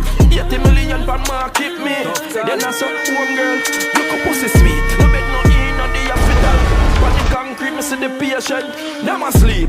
Them a chop right, them a chop left. 1.4 beef for the boost. Barrel, remember you try thief. Put to barrel, kill Diana, stuff sharp man in a barrel. Melissa money come Jamaica pussy whole service. So no take and give them. Who no know we nah no us, we nah no. Tough turn a thief, Bombas a thief. Julian a thief, Rhoda a thief. Flying a thief, Desmond a thief. Babsy a thief, Harrison a thief. Whole ministry not the party a thief. 1 PM make us a blood clot thief. Be a corruption, all police and soldier thief. Yeah, man. I feel like I want to start it off. I'm going to start off tonight with Rasta, Ash 11. And in the meanwhile, I'm going to look for my merch there. Started with Ash. Come on, one at half of the press. Big up on yourself. But I hear Go and look for my merch. Big up a girl on a live attack that Andrew Wonis, Minister of Foreign Affairs, and the government of Jamaica, the Jamaica Labour Party, why they cancelled the permit of the Cuban doctors and nurse is because they find out that the money is going to the government and the government take out what they want to take out of it and give the people and the rest. This girl, we are take wood out and body and push in her mouth and suck. That means that our mouth stink and our hole stink. What business, what concern should we have in that? The people come here and they gave us the service and more than the service for the pay where them get. And if for them government to get the money and take out what they want to take out and give them what they want to give them still a feed them family, don't? They still a take care of them family out of what left. Now that you cancel the permit, they have no money to get. How they going to take care of them family? You see no dirty blood clot drunk. You see no blood clot drunk. That's why all time people say if the God was like man, no found wouldn't be blood clot there. What is that concern to us? The people them are working same way. And the liquor where them get, them take care of them people. What about Andrew Wonis? We get the billions of blood clot dollar free to give to the poorer class of people in Jamaica. And in take the 3/4 and the quarter will left in take 3 more blood clot quarter out of it and give the people them dead a little rest. You know see that? You know see nothing wrong with that. Stinking mouth girl we a suck shit cocky. And all of who talk because you talk now. Your tongue should cut out. That's you can't lick no more pussy. Yeah. And take a wiggle pan no more shitwood. And the boys them with upon social media I talk about Andrew are the best and him do the right thing. When no blood clot cocky should have cut off when you can't push in no more body. Because that's why you don't defend Andrew Wonis. Yeah, because he signed the Samoa agreement. He take money from America for body business and he take it from Canada. Eh? What is that is concern to us? The people that want to work so that the liquor where them get them can take care of them family. No, they cannot. The people who help we in every distress what we have. Every distress what we have at Jamaica in health. Yeah. And this big hole. This big hole. This big hole. Health minister. Help send away the people them. Jamaica people don't know so what happen. Every blood clot thing to benefit the poorer class of people in Jamaica. Andrew take away from you. Andrew is a blood clot dictator and until the days when you stand up and rise up to blood clot and lock down Jamaica, Andrew will not stop. Him will not stop because him see that you are a fucking piece of shit. That's how we look upon you. Nothing. Him think himself is up there with the big boys. We are fuck batty. And a rape off the little blood clot in 8-year-old and 9-year-old. Remember you know? The Eppins, what they call him files, were released. Remember him was in Jamaica, you know. Remember him stay in a hotel, must sit down in a Negril, you know. See? And politicians, Moss was there with him. The merch them out in if you don't want the merch. Politician in Jamaica supposed to bring people, little picnic them, don't they go party with him. Big up on yourself, like and share, so the merch them there. That's why some people in Jamaica, everything them have to jump blood clot to. Yeah, when the Europeans say jump, I ask them more jump because for them name gonna get mixed up in it, people in Jamaica. And you have some people in the People's National Party, we are trying to overthrow Mark Golin, some batty boys. Because I don't see them with no wife or no picnic or no blood clot girl. Yeah. They might try for overthrow Mark Golan. Yeah. Because them a batty boy. Yeah. Mark Golan have him nice wife and him picnic and him come on stage and him pose with him wife. Decent lady. When no man or none of MP them can't have his wife in a compromising position. That can't happen in Asha. But in the Jamaica Labour nice wife and him pick. That can't happen in Asha. A one Marky G we step on the app, you know. A one Marky G we step on the app. That can't happen, man. Anybody a dream about that, man. You have to just continue to sleep and don't wake up because that will never happen. One Marky G on the app, my general. Party. Enough. At the MP, them woman in a compromising position with blood clot, gunman, murderer, and members of the Jamaica Labour Party. MP them have them wife in a compromising position. Yeah. So they not like Mark Golan because Mark Golan now walk the road straight. Color, it don't matter. It's what you have inside of you, your energy. Yeah. The loving, caring, and sharing for the struggling class of people. That is the greatest. So if the Cuban people they want to work their money and make it go to the government and then government take out what they want to take out and give them what they want to give them, they still a blood clot survive. I want to drunk out to pussy clot and go talk about him at the right thing. The Prime Minister of Jamaica, the Crime Minister, crime. See, you do to send one back the people them. Where the people them are going to survive, I want no dirty, drunk, or big pussy and big batty hole, bomb hole.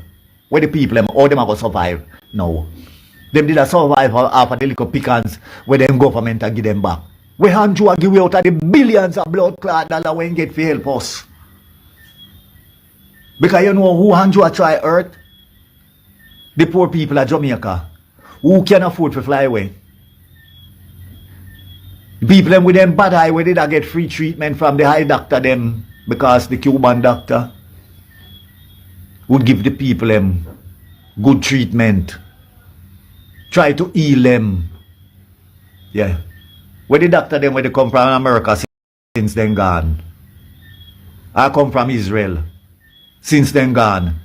That's if we have an emergency now where people just are drop and dead. After the cookie monster to help them. That's why they send away the blood clot. Cuban doctor them. Because they want when certain things turn up. When I say America fall. America fall a long time, you know. Yeah, me have it in the book of Enoch and the book of Revelation.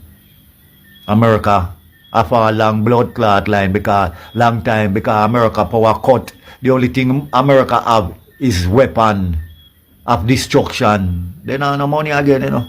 America broke as blood clot because then treasure cheese.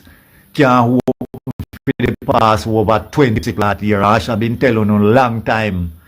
Because they locked down one page already for it. You see me? And I will keep on preach it. So like it, man, 35. Yeah? These people of Jamaica are corruption. Yeah, me say, you know, and bumbo clot grateful. And we dead like a blood clot dog. Following back on 35 pound I get pussy hole, you know. Any color I want, but them color I want to see. And them I specialize in about. And I can choose no color. Blood clot set of corruption. And I can get it in a pullover. And I can get it in a cap. And soon as I put up the cap them. You see me? And the number I got there one I can link up. But I have something with Marvin. I have so much things to show you, you know. Call out the number. 236. Number 236. 1997. 1997. 1997. 1997. Reach out, forget the merge. Reach out, forget the merge here. Link up. Put it in the thing there for me. I want to listen to the rest of y'all say. And if you don't agree with him, let me know. Listen to this. You authority for talking to me. You're fucking Israeli pussy imposter. Yeah, you're a fucking imposter. You come from the Caucasian blood clot mountains, yeah? That's where you come from. You shouldn't be in Palestine. You're some fucking murderers. Kill people, children. Yeah, post-war, the whole island for dead. Yeah, and a slave black people for 500 years, and I come talk about you as Jew. Jew? He's fucking Jew, he's a fucking devil. Post-war, tell him. All your fucking Israeli people, them are going dead in a blood clot Palestine. Me tell you that. The black God tell you that, yeah? Post-war. Kill me for kill the whole island. Record it, record all of it. Shut up, man. I'm coming here. Yeah? Record it and go carry that blood clot 10 Downing Street. Tell them the black God said all of the people are imposter. But these people are not talking about your Jews. Yeah? Fucking lying black clot. You know, kill them with black people. Yeah? We have to kill the whole of them back. Remember?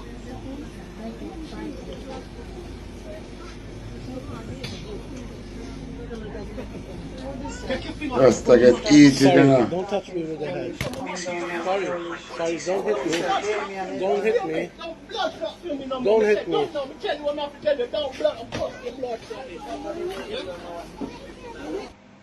Boy, man, I tell you, Rasta get eaten.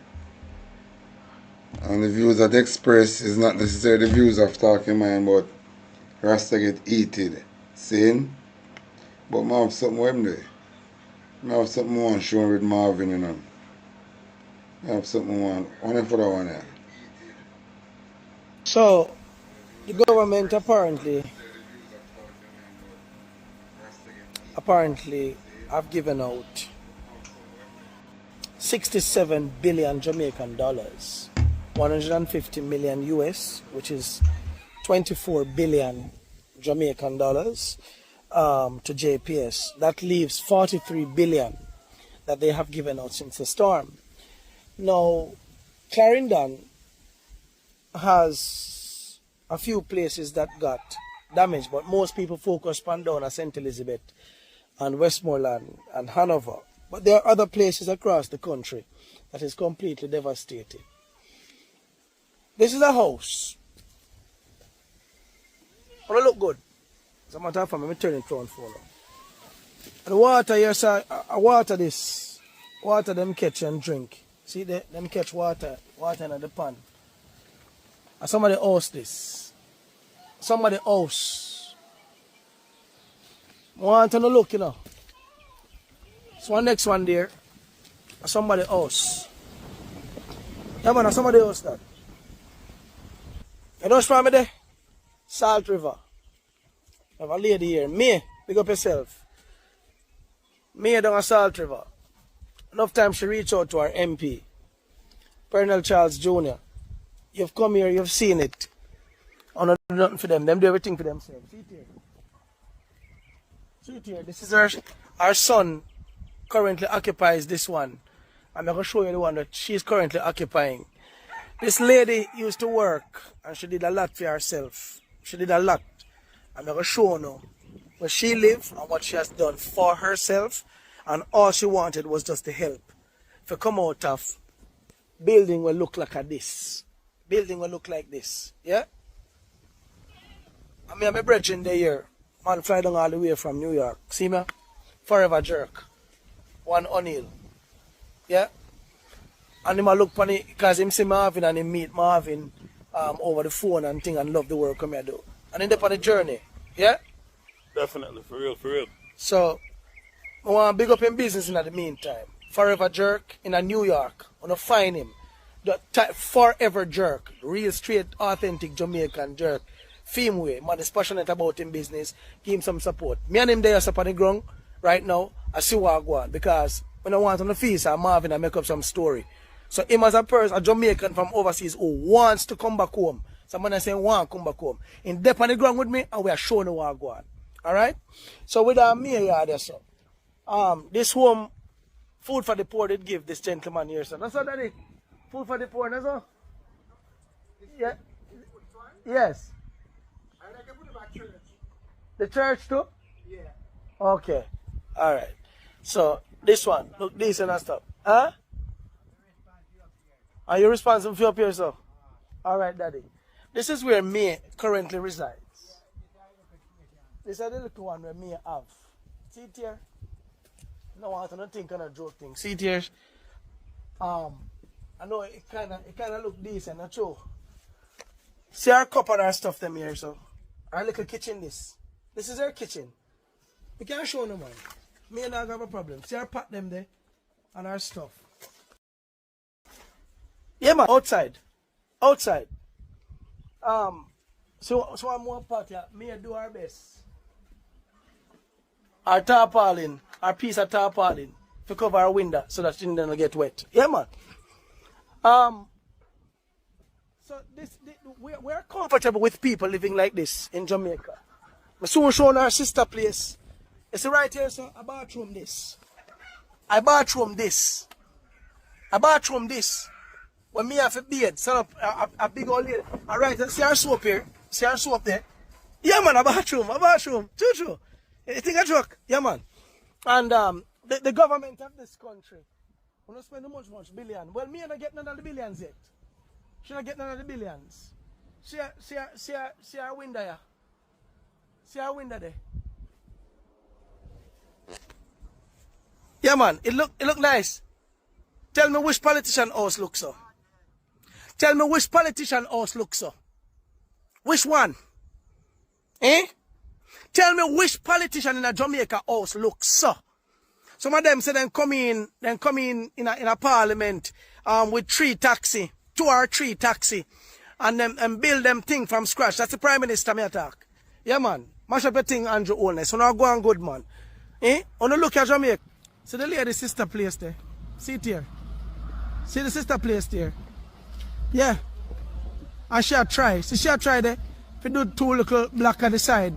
And no help. If people don't here so have to live. They have to live like a dog. They live like a drunk crowd. They live like a everything down here so. See it here. On yourself. See it here. See our curtain there door. Eh?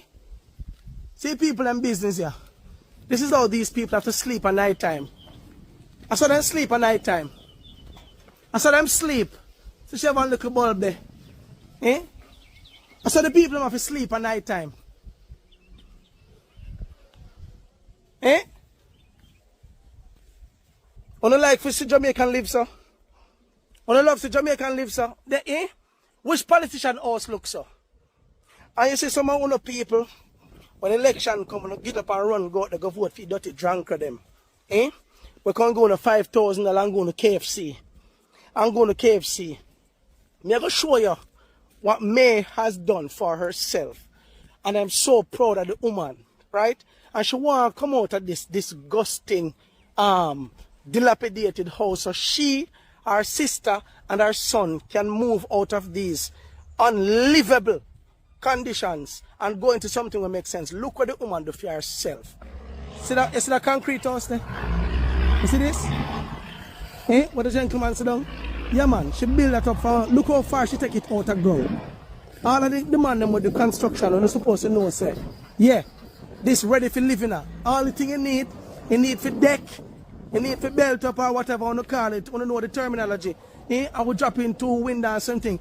And you're telling that the government of this country couldn't really help the people them? You prefer to see them like this and you're expecting a vote? You're expecting a vote? You're expecting them to go and dip their hand. Turn around for Jamaicans again. Uno want to see them like that? Eh? House don't even have a door. In the Havana door. You can just imagine what happens when rain falls here. The kind of muck that these people are living in. But anyway, big up on yourself because I'm having it got walk around and we do this and we are show up this and we are show up that. There are people right across the country, not just in Westmoreland or St. Elizabeth, that are suffering and need the help. Right? Jamaica, make we find out how we can actually help to build up this place and take the lady and her sister and her son out of them look dilapidated, dirty place here. If let me show you what catch up your house. Let me show. Hey! How you doing? Yeah, come. All right. Look here. Look. This is what is keeping up the house. Look. Look for yourself. See there. This is apparently the cellar. We can't continue like this, man. We can't continue like this. Huh? Yeah. People, we have to do better, man. I come there, daddy. Don't move. We have to do better. We have to do friggin' better. It's sad. It's very sad. I'm hungry. Cross. Angry. I have something more for sure now. Chuck her down, man. See the next one. I'll take you in it. Jamaica. Take it in. You see that house I want to turn up on? I'm going to take a good look. Up near that Salt River. Salt River, me there. And let me tell you this. You see this?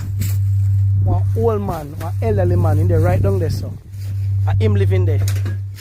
I'm going to show him. I want to understand, I want to understand, Politicians come here, say, Politicians come here, say, right at Salt River, You know yourself, You know yourself, Colonel Charles Jr., you know yourself.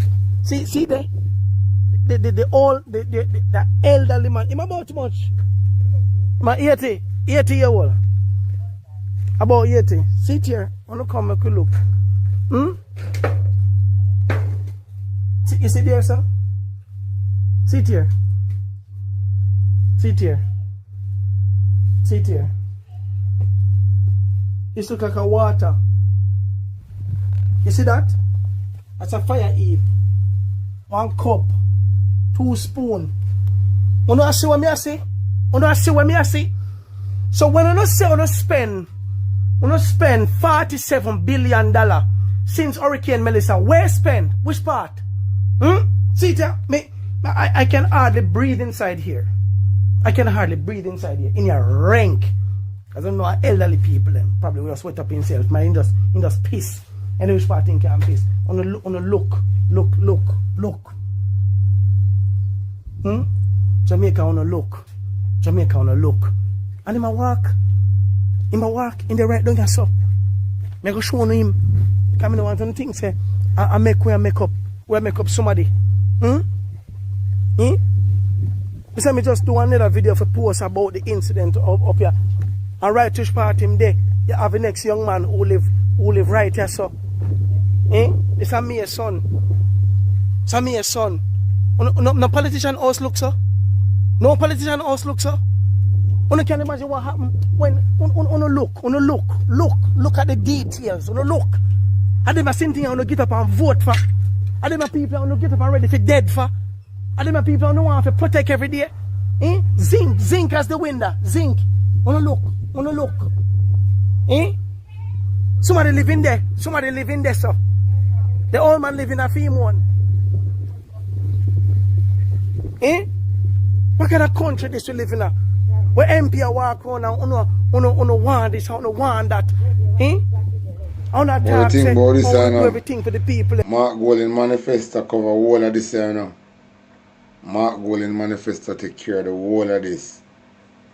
But I know them people must understand for my spell. See me a place, yeah? I just catch up your house. See where house catch up here. See it here. I want to show you spend much billion. See me a place here. See it here. See our kitchen here outside. See it here.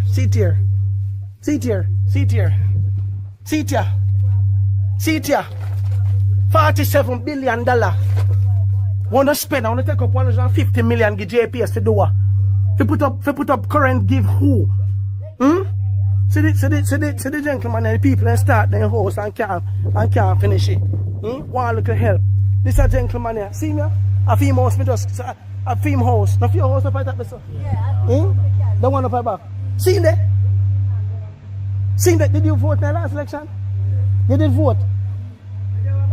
He said vote. Uno gladly take him vote and go sit down and drive around Pajero and Porsche. And a thief every dollar. See the him vote. You vote, not true?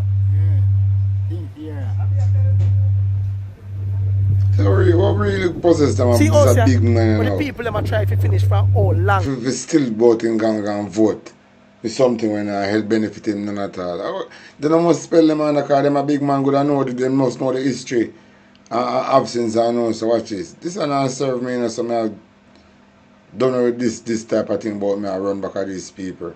Saying, so, alright. No one me vex with all the young labor right them too. Because most of the elder them were labor right saying, a studying life end up like this. Because then die-hearted and worthless and have nothing about themselves. And I saw them want them pick and them grandpick if you can live like them, you know. But them, you know, show, you know. I saw them want them pick if you end up like them, you know. I want labor right man that, you know. Go vote with Perennial Charles in the last election. The Andrew on his third term. And look which party he live. I want labor right, Perennial Charles him vote for. Saying, and as I call him a shower grandfather. Saying, I want shower grandfather this. Saying, and look upon in life at 80-year-old as a shower grandfather. And I saw them want a younger generation them now. We follow them footsteps and I support this criminal government. Eh? And if this man is 80, you see, him have to eat the saltfish. I just the truth. See, he eat the saltfish at 80-year-old, look which part he live. At 80-year-old, look which part he live. And I saying go voting at the last election for Perennial Charles. And the house not just stay so. Because when Perennial Charles go for him for go vote, I guarantee you say house it stay like that. Jesus mercy God. That is why Andrew and I do him because the people them not sorry for themselves. The people them should have uproll about this new tax that them come on with. Half a Melissa Andrew help them and take your money and lend JPS and do them want to do and tell lie about them spending much money and give people them and the people them know so they don't get the money and then still sit down quiet. They don't must under spell, man. They have to under spell, you know. Saying? They have to under spell. Can I believe this big old man I know at 80-year-old saying go vote to Perennial Charles in the last election. And went there and go for him because I just a couple of months ago since it's in house not just taste because the cobweb look like a long time cobweb. With you on a piece of porcelain in the corner. So you can know say a long time it's still like that. Saying? And the man go vote for Perennial Charles. You ever something like that, man? The man go vote for Perennial Charles. Anyway, I shall say again. Big up on yourself, all revolutionists and freedom fighter in the diaspora yard. Big up on yourself, bless up on yourself, man. Big up yourself, talk your mind at top of the press, big up on yourself. But, you know, yeah, me I give you some history, you know, about life, you know, because it's like enough people, you know, remember where them come from, you know, that me find out with Jamaican people, you know. It's like them get something in the food where them I eat that, you know, block them mind so them can't remember nothing, you know, because I remember where I come from, you know, so I know where I go, you know. One, I shall live in this, you know, man. Big up yourself, can't be two, I shall live, you know. One. Wall up on the merch again. Labour Party was never good for the poor class of people in Jamaica, from me knowing in the 60s. I remember in the 60s, you know, as a poor man, that you have one thing named chunk bed. You have one thing named our buff, something like buffet, yeah. And stereogram. You see me? Where you have in your house. No poor man could have one of them in your house. You used to have fridge that a kerosene oil fridge.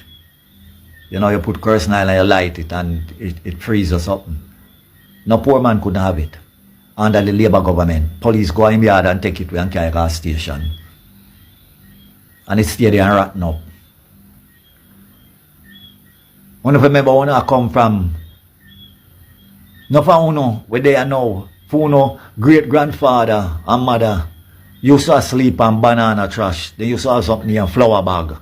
Where you see flour come in, I must say paper bag used to come in a cloth bag with a whole heap of pretty stamp upon it. a woman used to use it make drawers, the poor people them panty, and some use it make sheet. Yeah. And some use it make mattress, stuffy, sew them up together, and stuffy with baby grass, bang grass, and banana trash. Yeah. And it's when Michael Manley come in. Michael Manley stop all them the thing there. With that one mattress named Kaya mattress where chink was sitting and chink you so kill it to blood clad panny. Suck out your blood, the vampire them. You hear me say? Yeah. Michael Manley changed them there and said, a poor man work hard, then throw a partner, because then say poor man used to apply ganja. That's why they take where you're sitting. Because then say you're not supposed to can afford a good bed or good living. Michael Manley say, the man can't show a receipt. No police can't, police if I go there and trouble the man, something them getting a problem. So man could live on chunk, him sleep on chunk bed and in a spring mattress and not Kaya mattress again. Sometimes when you lie down on the mattress, it juke you through the sheet too. Let me tell you now. See, Michael Manley change that. You see a woman, used to have the rich man them a town where drive come a country in a them car because car wasn't prevalent. When you see a man in a car, you look up to him as God. You know, then come out and the little young virgin girl them, then fuck them off and breed them. And when them breed now, the mother of those picnic, little picnic them too, you know. Yeah, 12, 13, 14, 15. Breed them. You think the mother can't talk? If the mother blood clot talk saying that I get breed one eye rich man picnic them, then wife, sue them, a prison the girl a go. We have the baby. Prison. Michael Manley changed that. That a hand of the Jamaica Labour Party, you know. Me I tell you about, you know. Prison, them a go. I remember the rich man then come over with them car and frighten them and true they don't know what car really is and all about and give drive in there and it's so sweet. Then just fuck them off and breed them. And then can't talk and left God. You know what they call them picnic there? Bastard picnic. Michael come and say no bastard no there again, you know. I want to breed off the nice. Them girls could have come turn a minister in a government. They could come and turn all kind of things. That great. I want to mash up their future. No bastard no get enough one that blood clot picnic and mind them picnic there. You know much picnic in them the time they are the Labour government. The parents them have in mind where the rich man them breed the people them daughter. Michael change that. Because the people them was poor. I want to say Michael are the worst prime minister. You see a woman, man get $100 a day. Woman get $25. Michael Manley come and change that. Equal pay for the woman because the woman do the equal work as the man. You me tell you now. We have to know where we are come from to know where we're going. Your daddy work on a farm from him a boy, him a 12 till him a 70 and he can't work no more. Then send him a poorhouse. You know see it? Instead of till him dead, whole heap of people miss dead a poorhouse. After them work out on farm and make man turn billionaire. You know what Michael say? You have to give one thing name, redundant pay. So if you make a certain amount of billion, them check. And you have to give him a 1% or a 0.25% out of it. So when the man work for you for certain years, you have to give him back the money so he can go live 3 or 4 days and live, he can go live good. Can eat some good food, sit down and not do nothing because he can't work again and live off away and get. You as a nurse or a police or any government worker and you are work and you are your husband married and you breed, then fire you under the Jamaica Bumbuckler Labour Party. You may tell you. Then fire you. Then run you your yard. Michael Manley come and change that. And said, maternity leave. One of my worst prime minister, you know. He said maternity leave for the woman. Because the woman depend on the job at work. And when he get in first picnic in life, just began. Me personally, Michael Manley on stage attack that. So when a girl, a wife, a man and a woman live together, husband and wife are sweetheart and the woman breed, then life just began because they have a responsibility to take care of now. So how you go fire him with it? How you go take care of him kids? Michael said redundant. No redundant, maternity leave. 3 months, you have to give the woman half a work to take care of the baby for 3 months and pay him for the 3 months. And after the 3 months, he come back because the baby now can manage. The Jamaica Labour Party say that a Sierra campaign against Michael say how the woman I go left him, women left him baby with to come back at work. Michael Manley the worst Prime Minister, you know. Michael Manley build one thing named Dear Care Bomb Center in the 14th parish of Jamaica. That's when you go back to work, you carry your baby go left a Dear Care Center and pick him up back in the evening.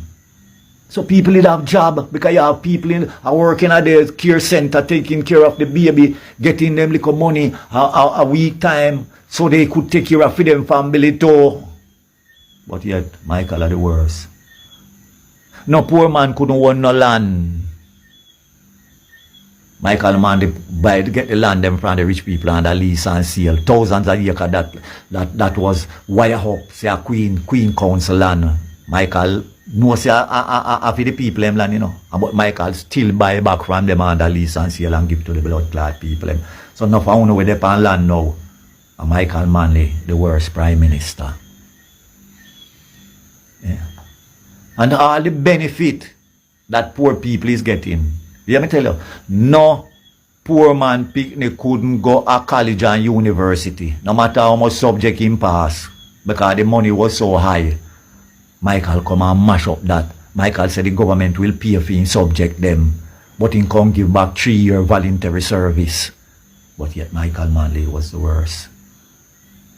Yeah. And all of those things he learned from Cuba. Cuba helped out Michael with that. You know the next thing where Cuba do to Michael, him said, there's supposed to be no dunce in your country. In a Jamaica Labour Party to pussy clot, you couldn't spell your name when you left school. Up here dunce the boat. Michael, he helped him finance one program named Jamal Castro. Help Michael with it. That's down to the owl. Could I go back to school and go learn to read? But yet Michael was the worst Prime Minister. No bumbo clot, belly lick, labor right nowadays. No pussy clot, dunce with a name pambula. I run down and talk about the best Prime Minister. Best Prime Minister on a pussy hole, the thief in his pussy clot Prime Minister that ever come to Jamaica. And the most batty man Prime Minister ever come to Jamaica. Can promote batty business left, right and blood clot center in Jamaica. Bruce Colin said that in my cabinet, but Andrew said, he not for my cabinet, I want them. Big up all of the people in the diaspora, yeah, there, you know. Yeah, man, all of the general, them. Big up yourself. One hardball talk up channel. Yeah, man. Long time we in the thing, you know. You see me? Yeah. When enough people did scare of the crime minister, I wouldn't come out and burn the fire. We was here burning the fire. Big up King. We ain't lonesome and him queen and him family. Big up one talk your mind. King. Yeah man. Big up at top of the press. The queen. Yeah man. Of the revolution. Yeah man. And freedom fighter. And warrior. Yeah man. For the weak. Yeah man. And the sick. Yeah man, and the helpless and the needy, big up on yourself. Generals. Yeah man. But you have some dunce, fully dunce in Jamaica talking about Andrew Jones do the right thing when him deny all of that in Caribbean country that help us when we was in our distress to please Israel and America. And him do the right thing because they would draw a sanction. If Iran keep up this blood clot, yeah. Them not be draw no sanction, you know. No, Israel or America not be draw no sanction. the sanction will be blood clot there because they will not help us. Because they will be picking up for them pieces and try to survive. You know, you see one answer, one little nest, but one big blood clot nest there underneath the one there, and you go there and go rake you up. That's what America and Israel do down at Iran. They go wake up the blood clot ants nest, and them get bite left, right, and pussy clot center. Tell we, oh, we are going to survive if America can help us. Cuba not going to help us. Venezuela not going to help us. That we da get oil. And some other Caribbean island not going to help us because them call our Prime Minister blood clot system dog and a puppet to America. And America don't care a fuck about us and our welfare.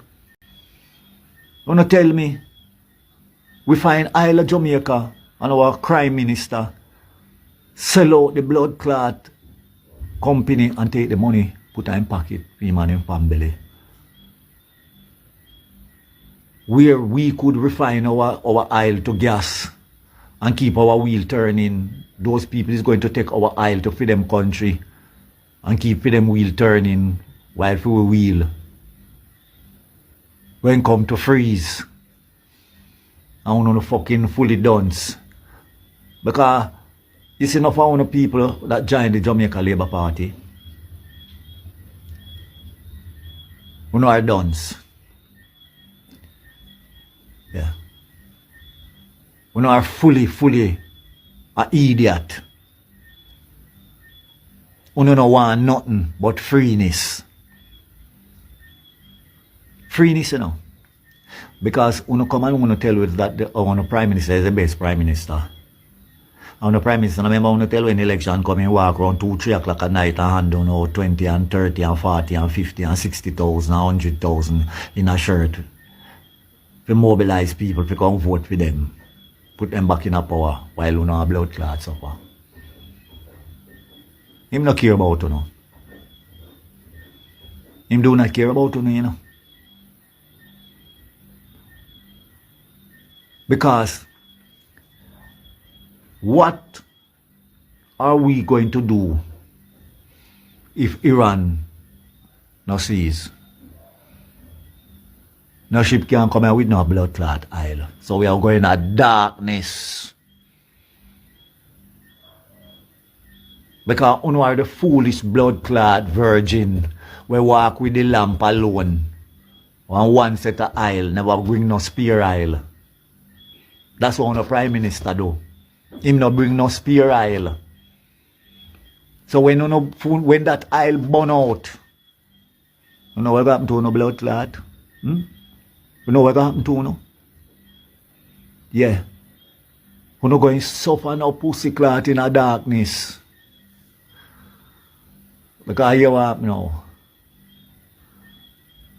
You see the wise one with them third eye open. We are you see like how he ran prepare for over 20 blood clot year for this thing will happen. The magnet casualty to you know, yeah, them have bullet for people at the there, whole heap to place a mash up. But them prepare for it over 20 years. So they can go on with it for next year. Still fighting. Hear me I tell you. See? Well, we third eye open, we prepare for it. Because we raise animal. Yeah. We have 1 and 2 coconut tree. So we can use them there and make candle. Lemon. We can use them there and make candle. So we'll have light. And we are planting food. When I say you don't have labor right, when I plant food, you know, about 3/4 labor right, them a handout. Belly labor right. Live for them blood clot belly and not the future of them kids. Remember what I let them come out and I tell you, know?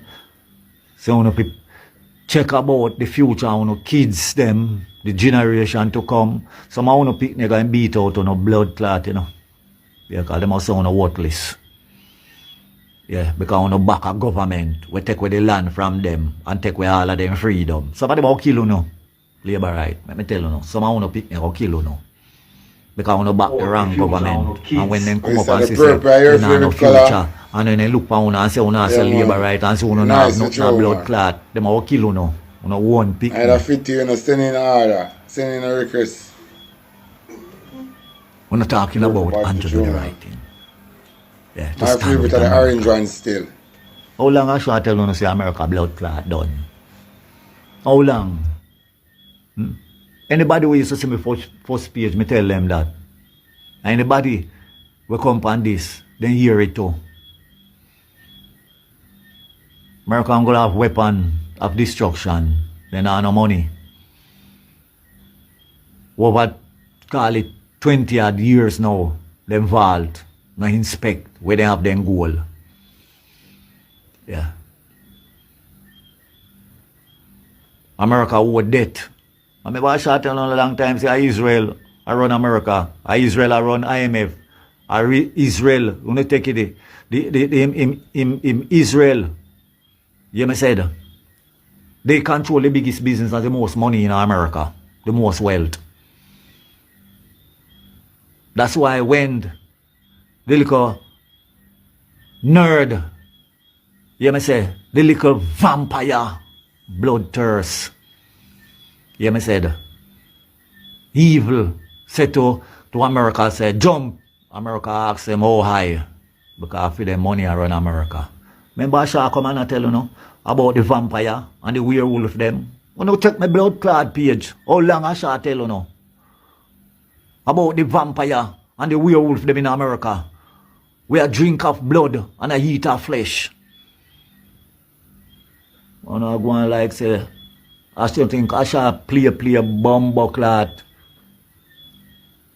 power force, and energy force. Let me tell you who I call with. Almighty Life, Mother, the universe, my ancestor, the element of water and fire and air. Don't fuck around, Asha. A long time I tell you them a thing here. Them a come to prophesy. Remember how me warn the people them about them little young picnic them. Remember me tell you all the type of blood clot blood. Talk your mind, tell them, because you have it. Me tell them all the type of blood where them a search for. Them want to blood clot drink. Yeah man, and heat off those little picnic flesh. I shall tell you now, rape off the little picnic them. Do all kind of sitting with the little happy blood clot murderer that are made in law. You may see it for the honest and decent people. Pure criminals throughout the world and Jamaica, yeah, our government in league with all of them. Lightning and thunder, earthquake and fire. Judgment from the higher authority who make heaven and earth. Yeah man, so that's like part 2 me are going, you know. America have not, from in the 60s I come up, I don't see America do anything to really benefit the poor and needy class of people in Jamaica, you know. That's, Andrew Warner should listen to America and deny Cuba any form of help, you know. But I can show things that Cuba have done, because Cuba build micro dam, remember, you know, Castro send out him equipment out here under Michael Manley government, you know, and they dig a lot of micro dam in Jamaica, and up till now Jamaica is benefiting off of the freshwater fish raising, you know. See, and the school that they did build out of Twickenham Park, you know, so the poorer class of people picnic and could have go there and learn, you know, a skill. Enough man, big man we have license right now is Michael Manley. See, they have a program where they use the public works, truck them and teach them to drive free and give them license free. I am saying this, you know, that I would like to know, I want the Jamaica Labour Party, yeah, to show one legacy that, one foundation that America have left in Jamaica to benefit the poorer class of people in Jamaica and needy class of people. Yeah, that Andrew Warnes could deny Cuba, you know, see it, access to this land of Jamaica and refuse to help them that they in their difficulty and send away the nurse them back over to face destruction and sufferation and struggle, no matter the little money where the government take, where them did get could I make them survive. I want to show me one, but I can show you many that Cuba have done for Jamaica. But I want to say this to them like a dons, fully dons, blood clot labor right we get some holy picnic to, we dons like them, see them here too. You see me? I get picnic to one, what you say, trailer load of dons. You see me? Hanjo have. Because see what happened? We are the training center. We are the factory that Andrew built in Jamaica. From in 10 blood clot here now. Show me legacy. Where am I left? In Jamaica. But batty business. Tell me what legacy Andrew have. Who no fucking dons, fully dons labor right. That's why I mash up the school system. Because what? It's educated people have to work in a factory. So they merge them there. And educated people have to go to a training center for train. You have to read the diagram and then something there. And you know one none of that. You know blood clot idiot you know. Yeah man. I go further on in the news. I want to listen to reason from the Rasta here. Where am they? Ah, Theo, listen this. And share before you hear it no more. The views that express. The secret of. I want to listen to Rasta. From a Rasta to other Rasta. Listen this. The world is being kept in small groups. I said it once, said it twice, saying it thrice. Albert Pike is a KKK member. In a letter to Mazzini dated August 15, 1871, Albert Pike graphically outlined a blueprint of 3 planned world wars. World War I was to weaken, topple and destroy the powerful Tsarist government in Russia. World War II was to pit Britain against Germany, destroy Nazism and to create the Zionist states of Israel as we have it today. Now World War III would be ignited by fueling the aggression of the Zionist states of Israel and the Arab world, who would both destroy each other eventually. Social, political, and economic chaos will force the people to choose one world army and one world government, ruled by Illuminati. Naughty, very naughty. Do you know what it means to be a reptilian? You take the image and the names of the ones you erase. You shape shift through time. Now who inherit from all the benefits of the war? The world's biggest and best kept secret is that the descendants of the Hebrew Egyptian pharaohs of Egypt have ruled this world throughout history. Now over a millennia they have left oceans of blood in their way. They have cheated, they have slaughtered, they have robbed, they have murdered, they have colonized and enslaved to fulfill a biblical covenant for an eternal throne and one world empire. Welcome to the Matrix. The earth didn't defeat the Matrix. The 2030 agenda sound anything close like when I talk? Think about the 2030 agenda and tell me what you think. Listen to the next reason here. A matter of fact, you know, before I go into the reason there, you see, America seems to be on high alert of some drone strike where Iran threaten them. I want to listen to that piece of news here and tell them what I think, because if America they're on high alert, so them gonna get a strike from Iran by a drone, and Jamaica, America in a bed, and Jamaica, Israel in a bed. Jamaica not safe either. If I'm play the news here, I want Uno tell me if you think Jamaica safe. Listen to this.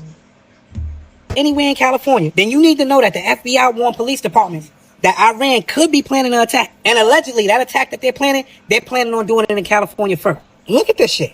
The FBI warning of possible Iranian drone attacks on our homeland. A new alert reviewed by ABC News revealing Iran's aspirations to conduct a surprise attack specifically against unspecified targets in California. The FBI saying it's warned police departments across the Golden State now of strikes by unmanned aerial vehicles or drones as tensions rise in the Middle East. So they're basically saying a ship armed with drones is going to get close enough to California and let those drones loose. And we talking about California. Let's talk about New York.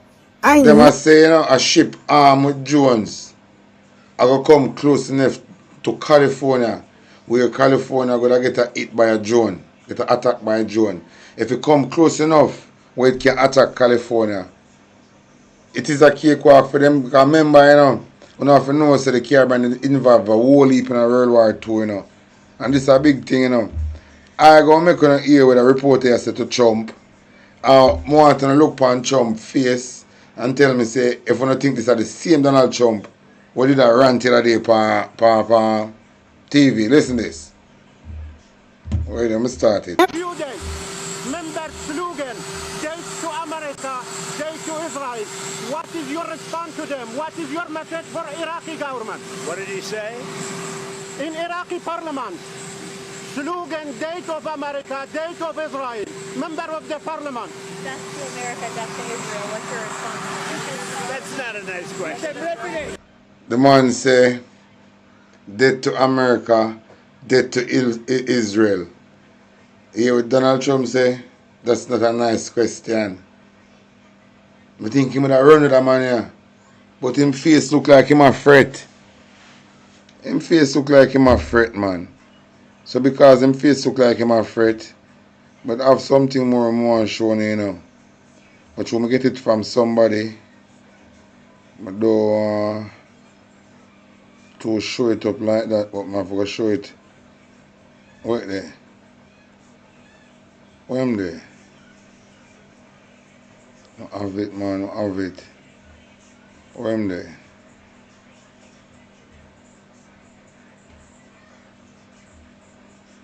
I soon find it. In the meantime, listen to the reason here.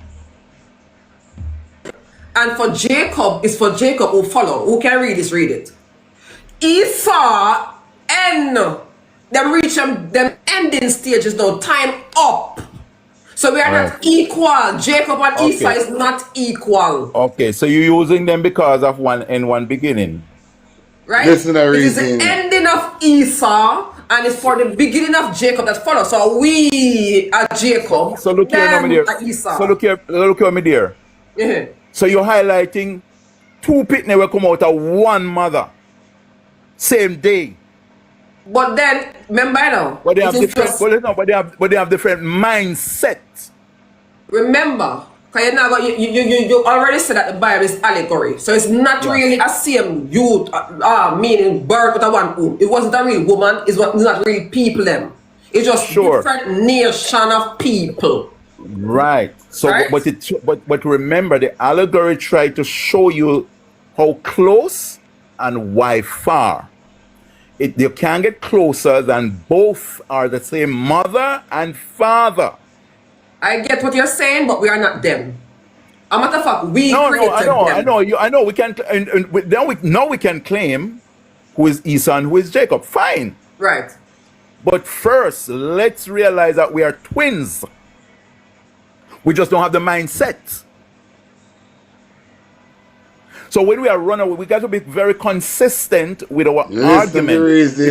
Because of this construct to actually demonize each other, we get out of, we hold on to what hurts. Listen. And sound stupid. We might be the only way that makes us twins is because they were creating our image. Let us create man in our own image. We created them with our one drop of blood, so maybe that's how they are tethered to us. But outside of that, so it's your children. It's our creation. Let's say it's our creation. So is the creator and the creation equal? No, they are not equal to us. They are not us. That's it. All right. To wrap that part up, right? This is my take. Mm-hmm. If you're talking about superior, fine. There's no joke about that, right? In terms of You know, many things. We know, they know. If you're talking about even the tricking of who is the Christ, no, not the Christ, who is Jesus, we know Russia just released a whole archive. Okay, we know those things. Okay. Kennedy also, you know, the United States have a whole archive, right? That was buried. We know those things. Okay. But with whoever is so ignorant and so puny and so whatever to make all this construct to stand above, I'm stronger than that. I know my place. Well, I have pity. I don't have to get in a fight with that. I'm not fighting, but I'm just showing you who don't know who they are. I'm telling you who you are. No, so I'm not saying you frivolous. I'm not trying to be frivolous, but I'm just showing the facts. No, I'm not saying you are, no, because I'm going to tell you something. The only thing we have and can boast about, not your melanated self, but your loving heart. Okay? What is love? Whatever you want to put it in your own, just put that in your own way. I'm just saying, though, this divine aspect of you that really, really put you to rest and peace. And that's the only thing you have. Your melanated skin can change in many ways. And I mean, that's it. It's good. This is how we allow ourselves to always be overtaken. Because listen, respectfully, you sound like listen, please. This is how we always, as melanated people, we are so accepting and so loving. You want love? I don't care about love. Let me just period. We want so much to be accepted, but let us love. Let us show love when they don't know love. I'm gonna put something to rest. So let me ask you now. Could you go back to slavery, so-called slavery? That's what I'm gonna do. Yes, I'm gonna do that. Can you just let me speak, please? Let me speak. Yes. Could you go back in time to the Baka Master and say, Baka Master, sir, that show love. They don't care about love. Are you kidding me? Let me tell you. So we always want to be loving and caring. I know. Are you kidding me? I know that's where the pain is coming from. You sound like, respectfully, the Uncle Tom that always wants to be so forgiving. Let us be forgiving. Let us show I don't give a fuck about love. Let me tell you something. No, that's where the hurt is coming from. You couldn't ask them to love. You couldn't ask them to show love them time there. Are you kidding me? All right, let me tell you something. Why are we always want to be so forgiving and loving? I don't care about love. No, let me tell you something. Are you kidding me? Let me get a little history. Before this construct, there was nothing like racism one time. It was classism. Class. Nothing was racism. You had classism. But classism, those who sought to do us ill and to divide us, it never worked because a man could change his class. So the man who was demonized 5 years ago. You can change your class, but you cannot change the color of your skin. And we are still being oppressed by our skin to this day. So listen what I'm saying. Even Michael Jordan can be oppressed. Michael Jackson, Bob Marley, into there. All right, so give me a chance. Still not accepted. Some of us are still at the table. So give me a chance. What do you mean? All right, so give me a chance. Let me explain that now before you get real riled up on that. So I'm just trying to show you the construct to keep us divided, and so we could be conquered. Right? All right. Before it was classism. Right. We were not the first people were enslaved. You know that, right? Slavery is from, okay. But here what happened now. Here what happened. I'm going to give you something that you can really associate with, right? There was a time in the West here. Let's deal with only the West, right? Pre-industrial. The pre-industrial West. A person who wants to do business, have acres in Georgia or wherever, right? Who wants to do business to plant acres of sugarcane, cotton, or whatever, need labor. They go to the bank and they get a loan, black and white, in this country. Go to the bank and they need labor. No other race was able, there was no way to get a John Deere tractor.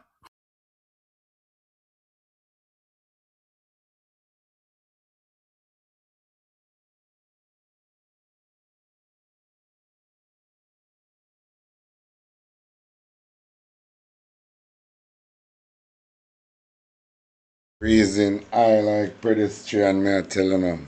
But you know, stop this, you know. I'm supposed to continue it.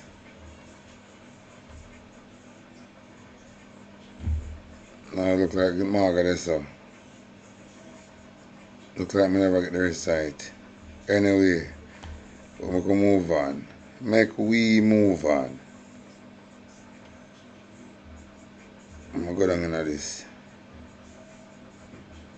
Go down into this.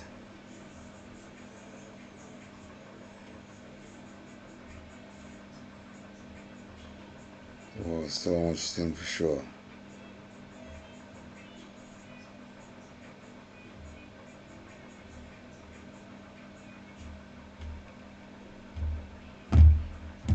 No, I'm where you guys are at with it. You understand me? America is the bully. So you know, so eventually, you know, just using common sense and logic, the bully have to go down.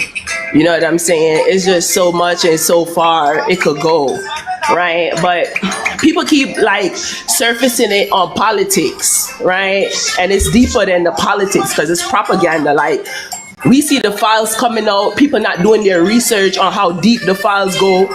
I'm finding out that they had the track stars of Jamaica in the files. That's how deep it go. Yes, wanted to do experiment on the DNAs for entertainment purposes only. So this just prove and show, like the brother said, it's all about the original man and the original woman, right? All this technology, this great technology, all your vitamins for entertainment purposes, meds, all this other stuff is created off of specific entities' DNA. You understand? So once people start realizing what's going on, they'll wake up and know that they are the powerhouse to all of what's taking place. So it's not no politics, it's not no government. They just out here harvesting the original people's energy. Yes, yes. Yes, Babylon have to fall. Babylon is a must. So when you see what is happening, just know. When you watch the Super Bowl, the New England Patriots went down under the Seattle Seahawks. It's the same play out of a play out back when America fall. Because America is New England. Babylon, the baby lion. Right? Because England was the bigger lion. And then America, the baby, came out of England. Right? That's what I'm telling you all. Say, it's not we come over here upon ship, but them. So them come over from the Caucasus Mountain over to Europe and come over here. So in America, we were already here. So what we tend to do, we tend to say that, oh, Africa will come, Africa will come. I have no problem with Africa, but I was already over here, so in the Americas, because the thing is about Africa. When you say you come from Africa, the only thing you can remember is the slavery and the slave ship. My history started years before that, so I don't coincide myself with slavery. I'm not saying, but that's not my story. My story never began with slavery. My story began in empires, right? As royalty patron. So I don't subscribe to the African narrative because it is by way of slavery. Slavery. No, and my story that. I agree. But I agree, Goddess, and that's where I'm at with it, right? Because see, a lot of people they bias when it comes to the studying to show themselves approved or to even know what's going on, right? And you have to do, you know, a little bit of switching up the history and go back to heritage. You know what I'm saying? Because let's point it out, right? The maps change every 5 years. I bet a majority of people didn't know that, right? So the fact that we are evolving, or not evolving, because I don't even like that word. The fact that we're always growing and ascending as human beings, right, quote unquote, right, that means that the earth and the universe is always ascending as well. So common sense of knowing the maps back then is not the map today. So your Bible and your stories that you're reading, you need to dive deeper. But then even the Google Earth, every 5 years them change a marble. The CGI world, when we look at Earth, look at the picture of Earth, every 5 years is a different Earth, you see. So not even Google and NASA have it right.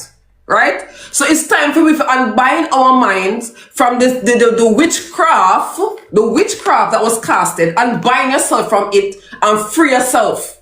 Eh? Oh my word, man. Come on, man. Be on stand on one foot, on one, alright. There's something in every melanated person called Akasha or the Akashic records. That records cannot be tampered with. That record cannot be edited or changed. It is new and it is you. Because no matter if 500 of it in a room here, all 500 of it is different. All of it have a different story. So one book could not regulate 500 people, much less 5 million people or 5 billion people. Right? All of it have their own unique story. So we need to remove ourselves from the group think, from the group mindset and the group up and try to find yourself in the midst of everything. Find you. Who is me? What is my purpose? Why did I came? Find you and then again you find all the answers we are looking for. You don't need this. This is good when you can know how to decipher it. When you can read it and can read it the real way. This is good. Because this is also like a timetable, is a map, is a schedule, is everything that the times that we are in, it resonates with this. Because at the end of the day, when you say prophecy is fulfilling, it's not fulfilling. It's just that the script is being played out because of them write it. It is a script, a movie script, so that then the movie is played out and the actors get them script. They use you. They basically use the people, like I said, energy harvesting, right? So all of this is in the files. And I've been talking about this stuff since I was 15. I'm 30-something years old. You know what I'm saying? So they use you to manifest tomorrow. Right? Yes. So based off of, okay, the government come up with this bill now, then put out this now. Let's see how much people gonna follow and go out with the BS and sign the contracts and come up with this and follow through with what we put out there. So once you follow through with the BS, that's how they get you. Manifest, yes. What we don't know, beloved, as melanated people, we were born and grow thinking that we are less than or we are nothing. So we don't know where we to turn, we don't know what to do because we don't know how important we are to the system. We are the battery that runs the system because they need to harness us to manifest on a bigger scale. We don't know who we are. Somebody asked me earlier, oh, you mean that we are gods? At the end of the day, melanin, we say it all the while, it might sound frivolous, but your melanin is electricity. If you look at Zeus, the Greek god named Zeus, him have a lightning bolt, him shoot out lightning bolt. What is lightning? Not electricity. And the melanin make you God, make you gods. So you think because you can't make man out of clay and fashion and blow bread, you are not God. You are God because what? L is God and L is electricity. We are melanated people, we are gods, we can create our own reality. It's just because nobody never teach us that. I say it already. Why Jamaica of all, maybe it might change now, I don't know, but why Jamaica of all countries in the world are the most church? Because Jamaica people have a special something about them. We are spiritual people, we are not religious. So even when I say, why we love Jesus so much and the church is so empty? Because we really know for a fact that we are not supposed to be in those buildings. So I'm not even wrong when we not go to church. It just that we must stop calling ourselves child of God and Jesus and justice. Because we not go to church. But by right, we are not supposed to be in there. That's why you are not in there. We are supposed to be spiritual people. We're supposed to build a web. We call Hebrew. Web. The word name Hebrew. H-E-W-B-R. H-E-B-R-E-W. Scramble the word Hebrew. You get web. We're supposed to build a spiritual web from Yester to Montego Bay, from Yester to Westmoreland. Alright. If you watch the Avatar, the movie, the first one, they have a big tree in the midst of the garden, and everybody go plug on themselves on the tree. And we're supposed to can plug on yourself in a frequency, plug on yourself in a spirituality, and that's how we solve our own problems. And we don't need this. We don't know who we are. We don't know ourselves. We are gods in our flesh. And the thing is about God again. God, gold, oil, and diamond. Imagine. He saw a fight over the thing that makes you. You are the gold. Why? Because your melanin is worth more than gold. You have the oil. Why? Because your Christos oil is what rise up your back and come up and crown you. You are the diamond because why? Your carbon under pressure create diamonds. And you are the God. So Esau can only fight over the physical gold, the physical iron, and the physical diamond. But you are that in flesh. And you are the God. But you never have no role model to tell you otherwise. So what do? You say me a slave. I'm a slave. You see, you see yourself less than all the time when Una is everything. Eh? When you turn off the light in a dark room, that dark matter is where you come from. You are birthed out of darkness. That darkness is called what? Dark matter energy or dark matter. Quintessential dark. You understand me? Darkness. So in order to go further, to go forward, you have to go in the darkness. You have to go back in the dark to burn out again, to go forward.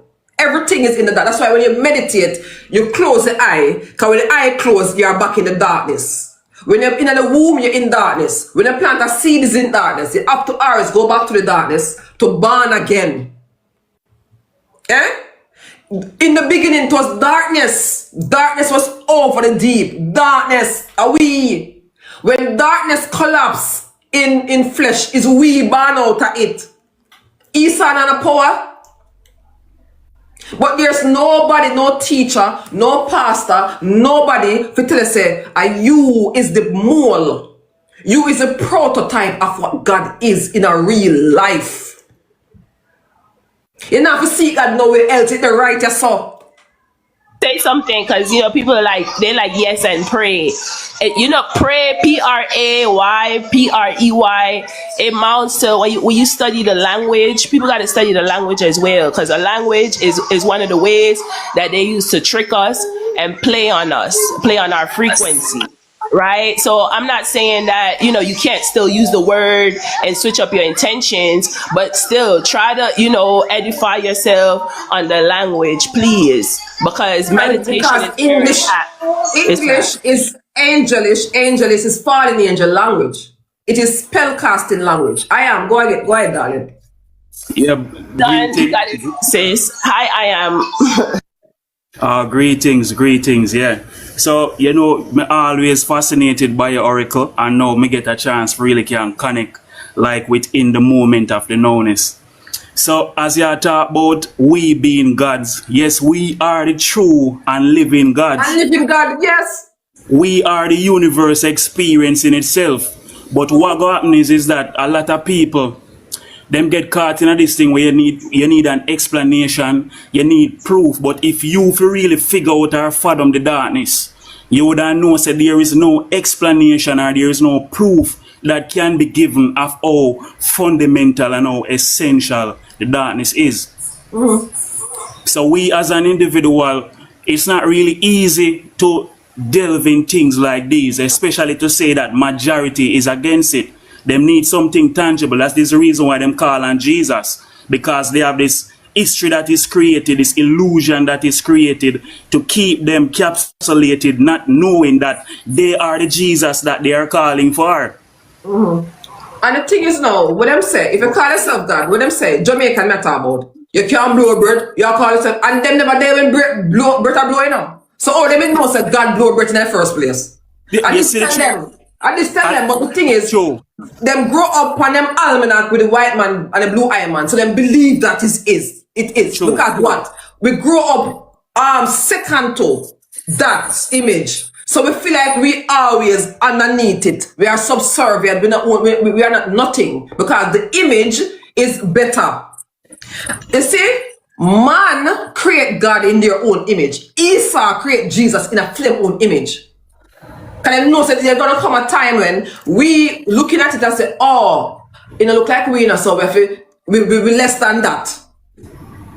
Even today, when I go on the tourist, when I go on the North Coast, Esau man and woman can get through quicker than we.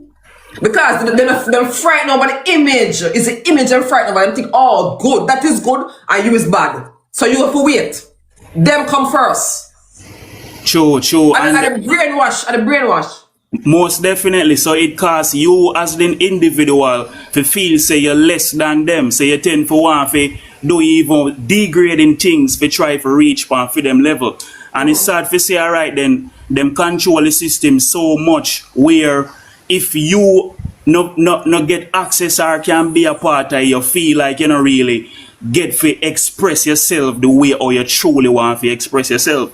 We as an individual have to know, so we don't need no validation, we don't need no recognition, we not even need advice, because we, the living true experience of the universe experience in itself, we are perfect just the way we are.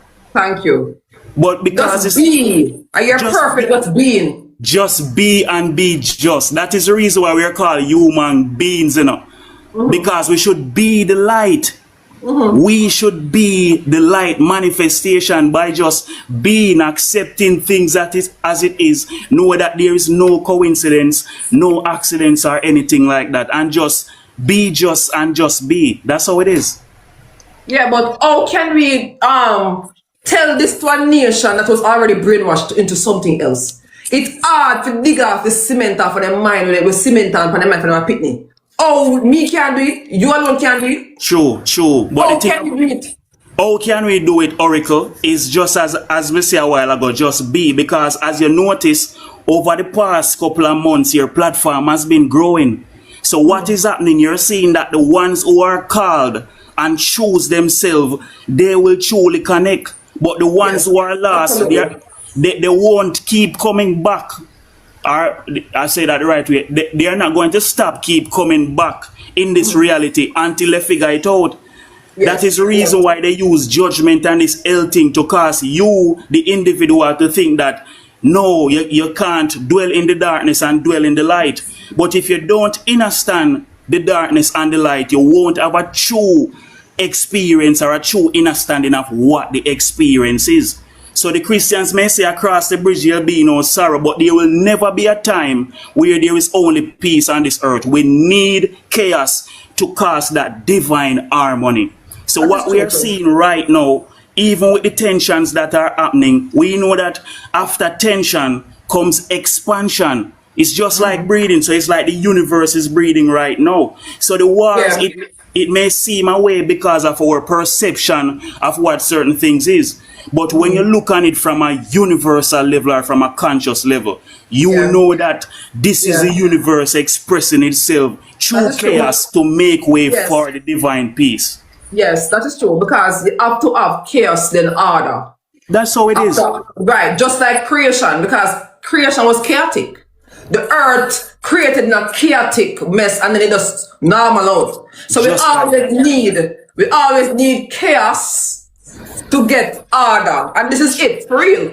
So in the near future, you're gonna see Babylon fall, and Babylon is falling. But they are falling. Yes. The CEO of BlackRock was at the World Economic Forum. He's now the chairman of the World Economic Forum, and he's saying that right now shit is hitting the fan. We are losing the control of the people. They are waking up. So when you see this thing happening with Iran and all of these type of things, this is the divine feminine that is coming back forward to take back its rightful place, you know. So a lot of people may not understand the codes and the sigil, but it is nothing to really harm us. It's just that we don't really understand that we are the universe experience in itself. As I mentioned, divine feminine. A lot of men are like, even though they say they love woman, they will never accept that woman will come control or take over. No woman can control me or no woman. And them say woman they love her. So the constant contradiction is what appalls me, because you love woman, but yet say woman will come on a pedestal, and you know, like that. Say you love woman then. It is so contradicting back and forth. Like what? The divine feminine is coming back to put back things in order as it was in the beginning, so shall it be in the end, because the divine feminine is the alpha and the omega, the beginning and the end. Yes. The Almighty. Because even the Selassie thing, when they speak about the coronation, it's not just the coronation of what was taking place there, you know, but it is the honoring of the divine feminine. That is the reason why Selassie is so really significant. It's not that he's any type of any significant individual, so to speak, but because the masculine and the divine feminine showed harmony, showed that coronation. That is the reason why that is so fundamental. But if a man should know, remember, if it wasn't for your mother, it wouldn't be for you. There's a reason why 9 is the biggest number. There's a reason why she's called Femi 9. There's a reason why a baby goes through a 9-month process, even though we know that it is more than that. But because of the frequency, so to speak, just to manifest the divinity, the divine, they speak about the 9. So if a man don't know that a woman can reproduce without a man, it is just because they are falling so low in frequency. Yes. And their energy or essence is being distorted. That is the reason why it's not happening like that again. Absolutely. But Because we never have to need men them time back then. That's how it is. It was a divine feminine that said, let us make man in our own image. So I've just said it. It was a divine feminine that said, let us make man in our own image. The dark matter energy that we speak about, it is divine, feminine, sexual energy. It is the essence of the essence. It is the primordial essence. It is the primordial waters. Yes. Until the man can see this for this and accept this as it is and regulate it as it is, because we aren't really the creators, we are the protectors and the providers so that the creation can take place towards evolution. I know another take your time. Eh? No, I'm just saying take your time. Yeah. Yes. Men always say, "I'm man of God, Father God." And look at this now. Look at this. Let's look at this. I think 80% of the time, a child is fatherless. Eh? You are God because Father God, but yet still you abandon your children. And you are the father for that child, and you abandon the child. So how can God be a man? When I look at man in flesh, man quicker to abandon them children than women. So the woman and the God then? If you look at it, a woman more than if you grow the child than the man, So much she a God, a fair creation that. I put to Father God, why would you abandon your creation? If man is that. Right. But the two is one, and the two is not divided, right?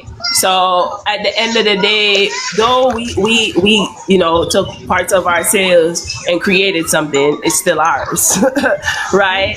But we do have to bring forth this knowledge so it could be recognizable, because a lot of people don't know this knowledge, right? And it's like confirmation. I have my neighbor here, and I was just talking to my sister yesterday, and I was just expressing to her the fact, because she asked me how Mary had a baby without a man, right? And I just used it as a metaphor to help her understand what parthenogenesis is, because a lot of people don't know about parthenogenesis, and the more we study ourselves and find out to know thyself, we'll know that whatever nature does, we do. Right. And it was a goddess as well in America. I forgot her name. An ancient goddess in America that they discovered. She had sperms in her bone marrow. You know what I'm saying? So the woman is the beginning and the so-called end technology. And without us, they cannot create anything. You know what I'm saying? It is what it is. And the laws of Maya also enforce this as well. It lets you know the women are the enforcers of the law. We create the law. And the men, we created the men to... That is why they hate the woman so much till they take her out of the Bible and call her a ghost. They hate the woman so much. That is why them push this rainbow community. Because these people are jealous of the power of woman, One of the things say this LGBT community farm. Because these people want to be woman because them jealous of woman so bad. This thing, when you hear me talk about this LGBT community and them push it for everybody and everywhere you go on say this thing is deep and on thing on operating. This thing is way deep because Satan jealous of the woman. Them want to be woman so bad. So till then start go to them one another. Black beauty reality. Big up everybody who check in, big up on yourself. The reason I like them I reason. Out there in the land and make the law come alive to enforce the life in the It's gonna take a lot of unlearning to relearn all of this. And you just mentioned that you are happy for a platform like mine. Yes, me too. Because with so many people know. A lot of us were in darkness, were in colonial brainwashing for so much years. How we can then now remove the veil. You need people like me, really, and I'm honored to be here. True. And we honor your essence of having this experience within this knowness. Because to say that this is happening, it is to show you that, yes, there are people out there that would like to know the truth. They are in search of what they truly are, because it's not who we truly is, but what we truly are. And to say that you provide a platform like this, and even to just join your platform, you have a lot of individuals that are doing their own research as well, and it's coming back online. So even though it's not a big thing at the moment, this little spark can cause that universal shift that we need. That is so true. All we have to do is just do as Michael Jackson say, just start with the man in the mirror. So by doing that, remember, the individual, like me and you speaking now, you are a reflection of me, and I am a reflection of you. And everybody here as a collective, we are all individual reflection of the infinite essence. There is no division, so to speak. No separation, yes. There's no separation. No separation. So as you bring it forward, I am here, there are other people here that are very powerful as well. It takes time, cause this ripple effect, because remember, everything is water, They say that the earth is 71% water, but I have figured out that everything is water. Everything. So it's 100%. It's a water world we live in. Even we breathe water. Anyway, go ahead, Water is not in its true form right now. The water is not in its true form. It's been, corrupt. Water is information. Life is information itself. Okay? Everything is information. And when I want to pick up back when you were talking about with the penile gland behind there sit what I call a soot. A black dot. That's what produced the melanin. And the word shit come from the original God was shoot. And then the word Satan come from the word shoot. The original God mean the container of light. Okay? So remember now, everything they teach us, they got to go the opposite. Yeah. Opposite. So the Satan, what we're running away from is really us. The truth. Because so remember light. When I hear them reason when me hear them reason man, he is cock up in the US selector, he is cock up in the boom rhythm, he is cock up in. But I have something for sure now. Boy, take a look and listen. Up on the press, big up on yourself, man. You see me? All revolutionists big up on yourself. Not the diaspora yard, big up on yourself. But you know that labor right, you see me? Not all labor right, because I have some labor right where really love them party and them see Andrew do fuckery and them a leak out and them a draw away from him. Yeah. You have some good labor right now where did get tricked by Andrew Wonis, because Andrew Wonis smash up the real labor right, the labor party, Yeah.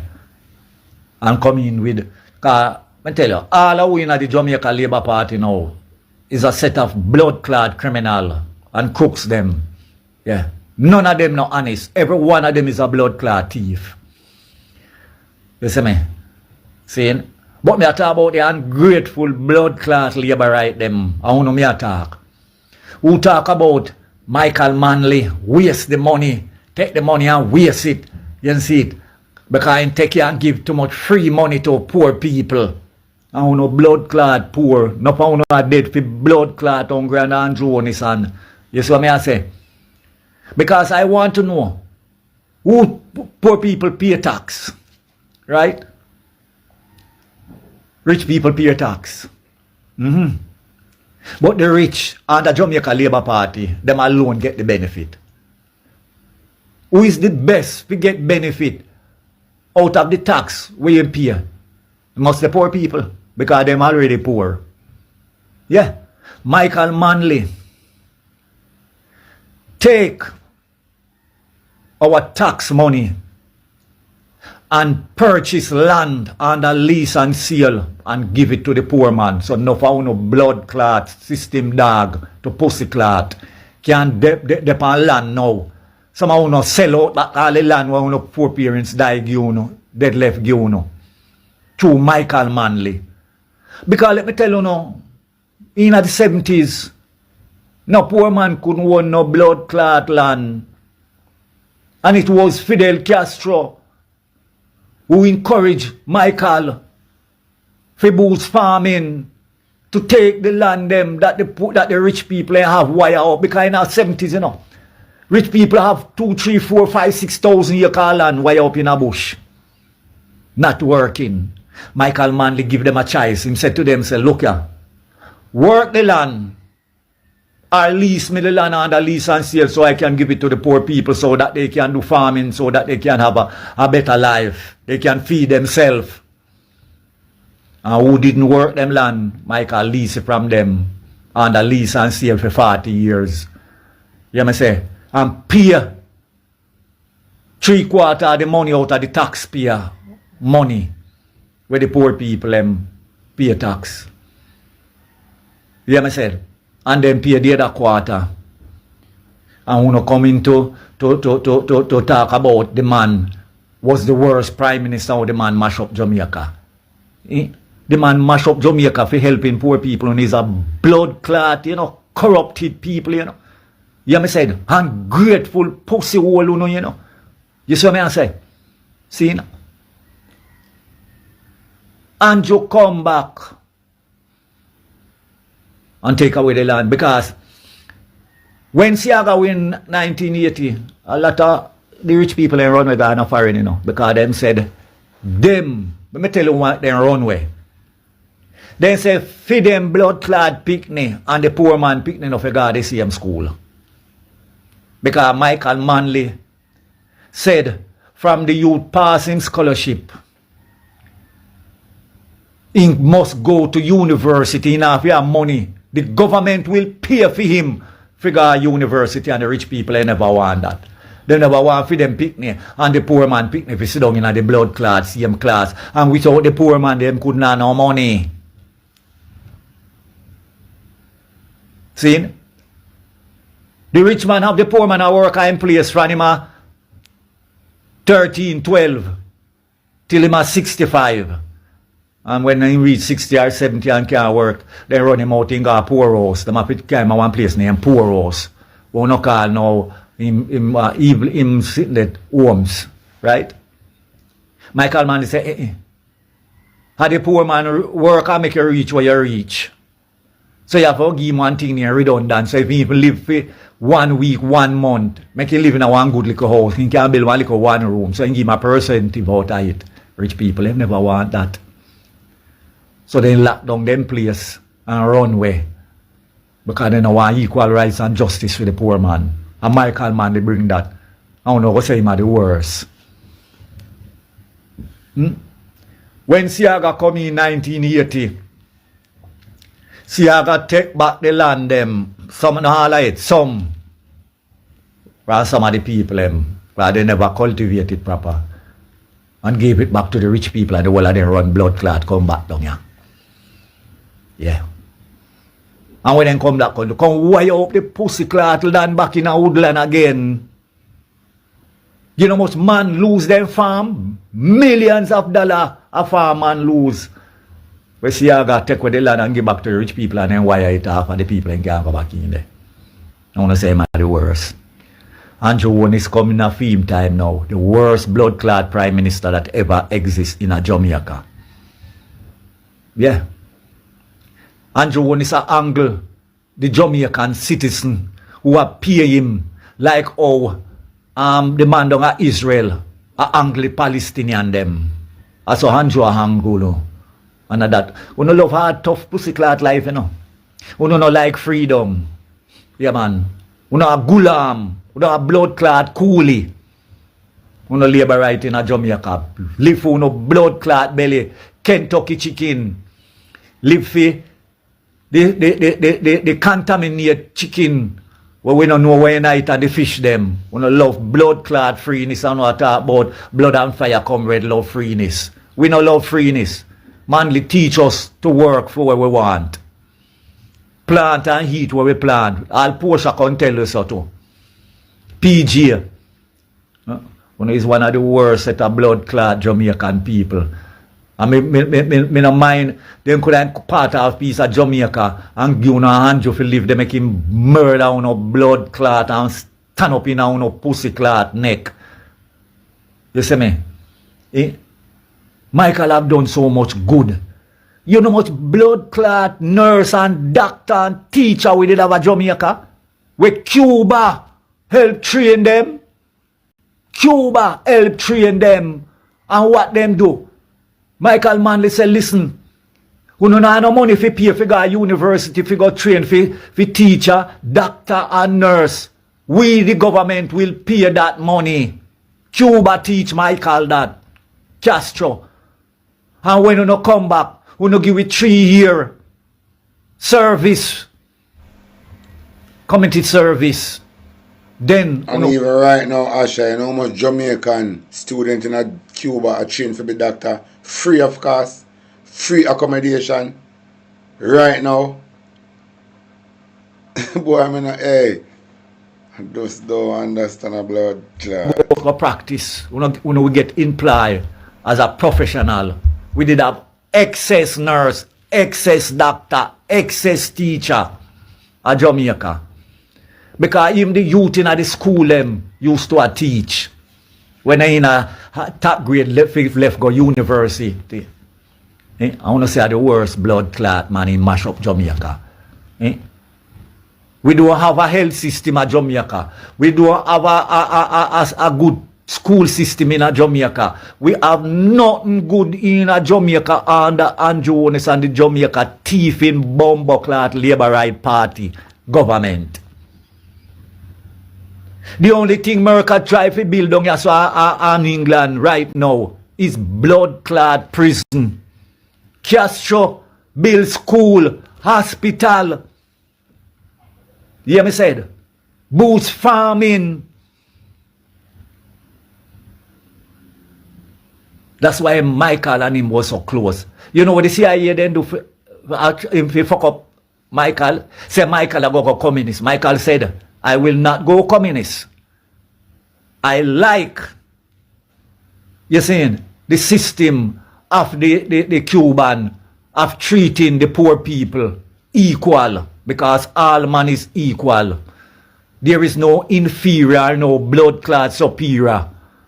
And that way Michael did a walk and the CIA, them and America, Israel never want that. So them pump money down here to pussy clot, buy gun and shot and pay off some little kaba blood clot, hungry belly Labour Right, for go and go kill off the people them, for make chaos, for Manley for lose the election. I want to talk about him at the worst, you know, pussy hole, you know. Bless up all the revolutionists them, yeah man, now the diaspora, yeah. Big up on yourself, on a great work that one is doing, trying to free the people of Jamaica who don't want to be free. You see me? But we have to give thanks and praise unto you know, yeah man, because I want to the gateway right now, yeah, to knowledge, wisdom and understanding of what take place in Jamaica. Big up yourself, talk your mind at top of the press. Because them not like we, you know, you see me, yeah man, because you don't know we burn some fire, yeah man, and them not like we hear the fire. You see me, where we are born, you see me? Yeah, because them not like we hear the fire, you see it, where we burn. Talk your mind at top of the press and we and loan some, and that's why I live, yeah man, because them say we are used to much bad word and thing. But them don't know so we energy strong, you know see it? And when we start to talk and the ancestors them connect in a way, you see it? Our energy rise to the max. Yeah man. So you don't know the wrath of it come out from the Eden and the wicked corrupted. And the demon them not like the bad red and the Rasta. Cause that is why I say the colonizer them put law against bad word. One time police used to lock up if you cuss bad word. Because the sound, word sound and power. And not so much of a don't bad word. Because when time them hear we say these words, then tremble. So them have to ban it. Or criminalize it. Because I'm not really bad word. I just the word that make them afraid. When they hear we say these words, they're afraid. Just imagine every Jamaican did use it. Then I run out of the country because they can't manage it. Either come like when I watch a vampire movie and you see the priest take out him look across and hold it up the vampire for just run away. So the bad word do a similar thing like that. So when time these Satan hear we cuss these bad words, it make them afraid. That is why them criminalize it from taller time. Because the word powerful. That is why they say it bad. Because the word powerful. Powerful word them name, not bad word. Powerful native tongues. Powerful native tongues. Where them couldn't get out of way. Our native tongues, you know what we're talking about, powerful native tongues. And when they hear it, it does something to them. That is why them criminalize it. And look, all of these risky people, these so-called rich people, or these so-called, whatever they want to call themselves in Jamaica, even them, these words affect. Because through them a demon too. When I was talking about native tongues, like these words, these colorful words, what them not like. Remember our tongues, you know. Remember, you know. Them beat if you learn English, you know. Remember I beat if you learn English, you know. So all of these speaking English in the Caribbean, people in the Caribbean. Remember our early ancestors them get beaten for learn this English thing, yeah. Because really it is a spell. So when time we use bumbo clot and rascal, them afraid because our tongue that so we talk. And beat if you learn English, kunte kente. Bumbo clot, Labour Right Party. My name is Kunte The destruction. Because Andrew is a destruction to blood clot Jamaica, you know, and Jamaican people, you know. One of the biggest blood clot destruction. And the boy there, you going to suffer like a dog to blood clot. Let me tell you. Because remember I should tell you, you know. Remember I should tell you, say, you going to walk like a vagabond to blood clot. Yeah. You see me? Because everything good that the PMP have done, see, in the 70s to help the people of Jamaica, you blood clot dog, come mash it up. Yeah. A dog is better than you to blood clot. But you're a prime minister. But you're a blood clot prime minister. You look a pussy clot, dirty dish towel. Go up and clean table. Go dirty up the table. You see me? Look what Cuba have done for Jamaica. Cuba build hospital, school, microdam. You see?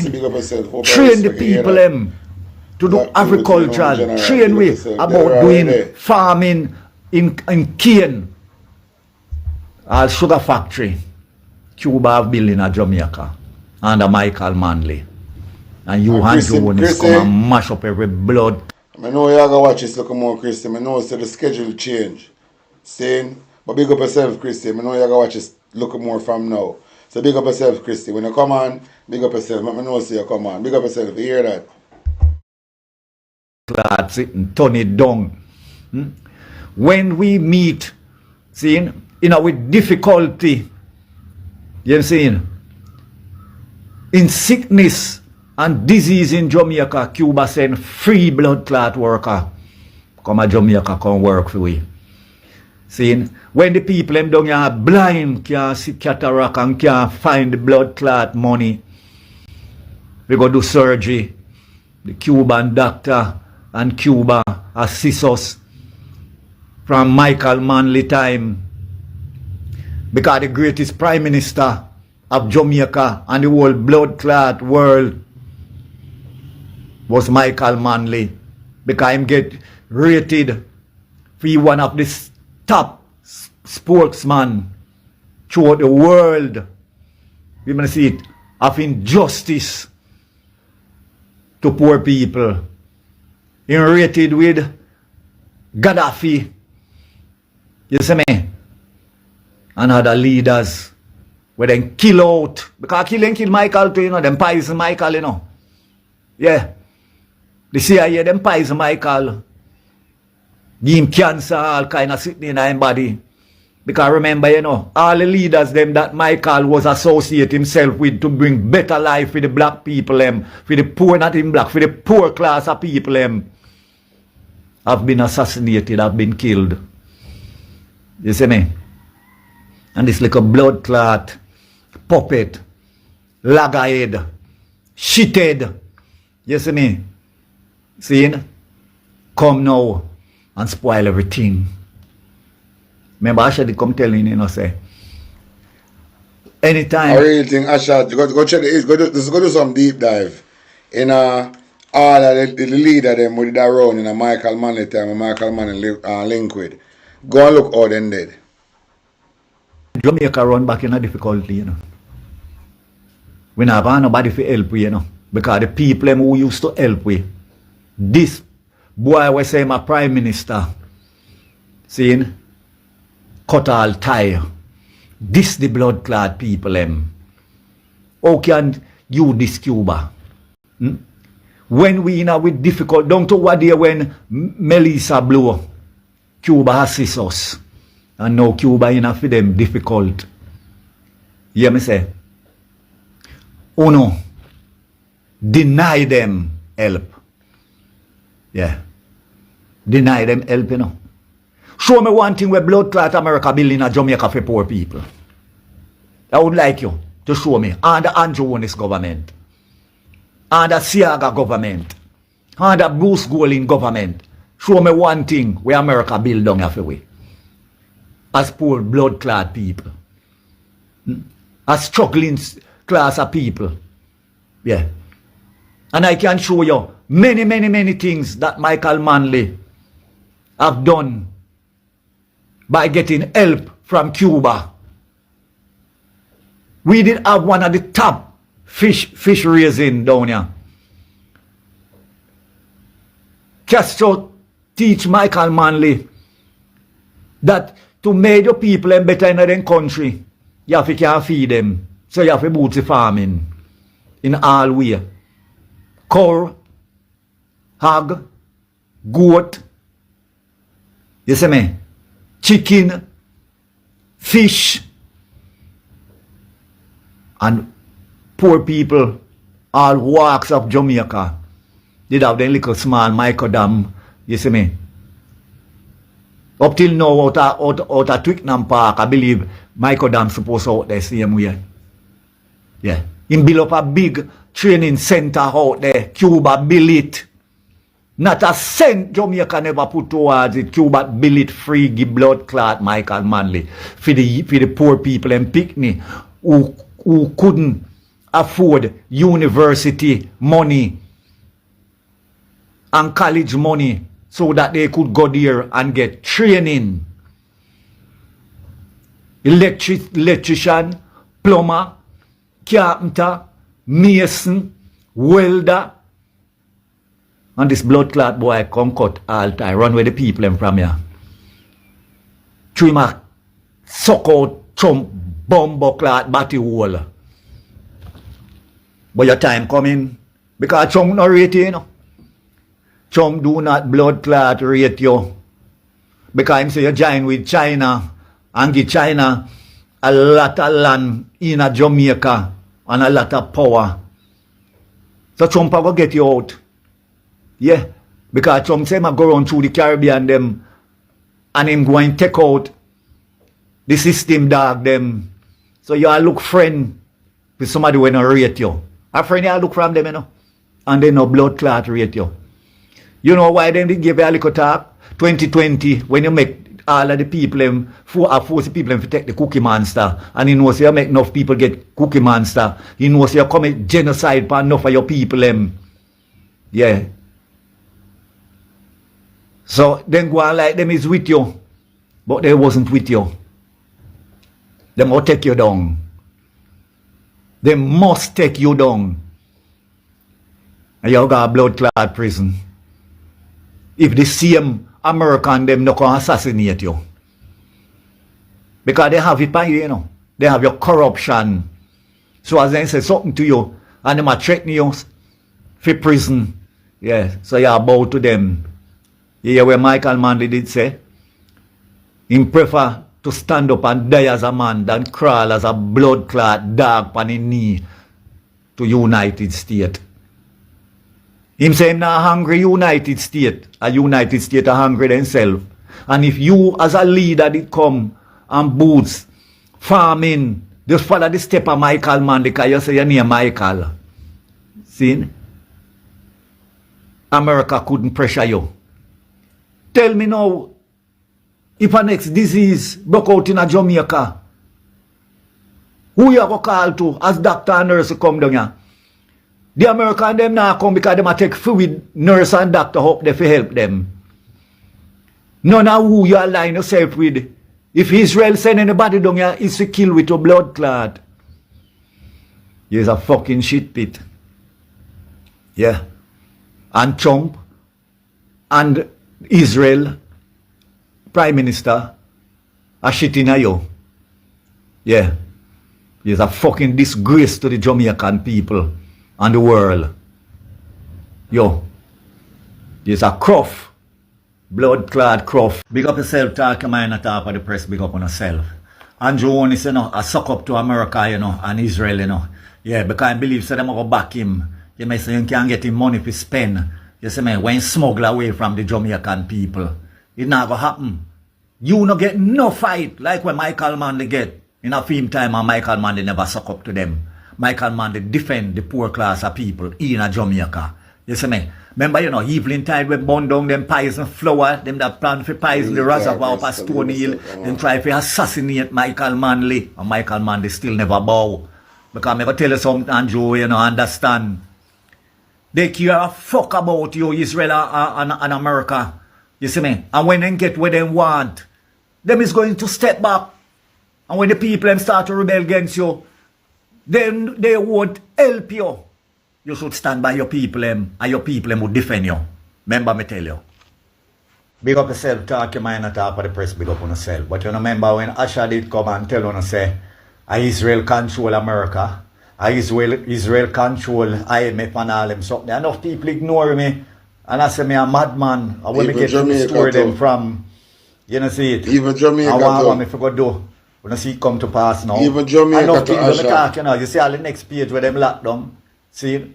Enough things depending now where I reveal now as reality. You see me? See, because I don't know Asha 11 energy we have. You see me? Me might not study at the highest university. Me might not brown. Me might not wear jacket and tie, you know. But you know what? I am spiritual connected with the energy of Mother Earth, Almighty Life. My ancestor, the element of water and fire. You know, see it? Yeah, man. And see my words that I come true. And now I feel great in myself and know say me did have them now. Think a joke. Think a joke, Asha. All Jamaica to them control. That may I tell you. Whole person. Oh boy, let's see how this be. Standing on foreign soil, he is an outsider in an empire that conquered his people. And suddenly, the heavens open. God pulls back the curtain of time and shows Daniel empires rising and falling like waves in the ocean. He sees the ram with 2 horns, which represents the Medo-Persian Empire. He sees the goat with the great horn, which represents Greece under Alexander. He watches kingdoms collide. He watches powers crumble. He watches the entire geopolitical order of the ancient world reshape itself in a single vision. And here is what I need you to understand. Daniel received this vision about the rise and fall of empires while standing on the exact same soil that is shaking under bombardment today. The province of Elam, the land of Iran. The ground beneath Daniel's feet 2,600 years ago is the same ground where explosions are being reported in Tehran, in Isfahan, in Kermanshah, in Qom right now on February 28, 2026. Daniel stood where the bombs are falling. Let that sink in. God did not give Daniel this vision in Jerusalem. God did not give Daniel this vision in Babylon. God specifically positioned Daniel in Elam to receive a vision about empires falling. That is not random geography. That is divine staging. God chose the location, and the location was the very land that Jeremiah prophesied would be shaken in the latter days. The same Jeremiah who wrote chapter 49 about breaking the bow of Elam is the same prophet who was rescued by an African man named Ebed-Melech. These threads are woven together by the hand of God.